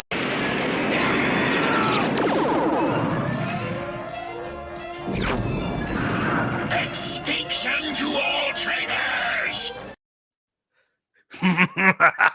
Beautiful. Beautiful. That's right. I said, I ain't giving you no tree fitty, you goddamn Loch Ness monster. Get your own. All right, youngster, out you go. Don't come back! Ever! All right. So, ladies and gentlemen, we are headed over to Rumble. You're all welcome to join us over on Rumble. I'm sure there are a few things that we want to talk about over on the Rumble side. But before we do, I want to thank everybody who, popped in the chat. Yeah. And during into this the movie. time. Yeah. Lady Miss popped in. Tim popped in. They both watched the movie. 2 Star Wars nerds. Thank you very much. Yeah, thank you. Welcome. Yeah, good Lady good Miss. to see you again, Chase. Yep. The lovely, lovely Lady Miss. Good to see you as always. You're welcome. I'm glad you can join us for the movie tonight, and I'm certainly glad you you enjoyed it. Let's see. I know we had a few other folks stop by, like the Princess of YouTube herself, Mm-hmm. Leia Yes. Rose. Yep. Fulligans. The only fan that Phil McCracken has. The only fan I need. Oh, boy. Kathy Skywalker stopped by as well. We also had Sean M., the previously mentioned Tim, also known as FKHC 2005. Mm-hmm. Call me Tim. You're wrong. And of course, he's with us right now on the panel, giving us a hard time. I don't know why he's giving me a hard time. I can understand giving Cash a hard time. I don't understand giving Baron a hard time, but Cash, yes. Phil McCracken. Well, it's happy to give Mike a hard time too. That's well, that's because I did that. Yeah. I would take my Joe Biden over your Queen Omar. That's a tough set, bro. Oh. Who did that? I did not do that. I wonder who did that. I wonder who's the king of this channel. Oh. Okay. I just want to make it known it wasn't me that did that. It wasn't me either. Baron Scream, you treacherous little worm. You will either side with me or I will toss you in the trash heap. Well, I didn't say I wasn't siding with you. I'm just making it known who did it. All I have to say is I cry out, Rodney! I don't even know who Rodney is. I'll explain to you later. We know, Right. we've okay. heard who he is, but But I've never met him, and neither has Mike. So, Yeah. you know. But, ladies and gentlemen, we are headed over to the Rumble side. Thank you very much. Thank you, Lorenzo, for popping in. And let me just make sure I'm not missing any other messages. No, I am not. So, until next time on the YouTube channel, we will see you all later. Adios. Happy trails to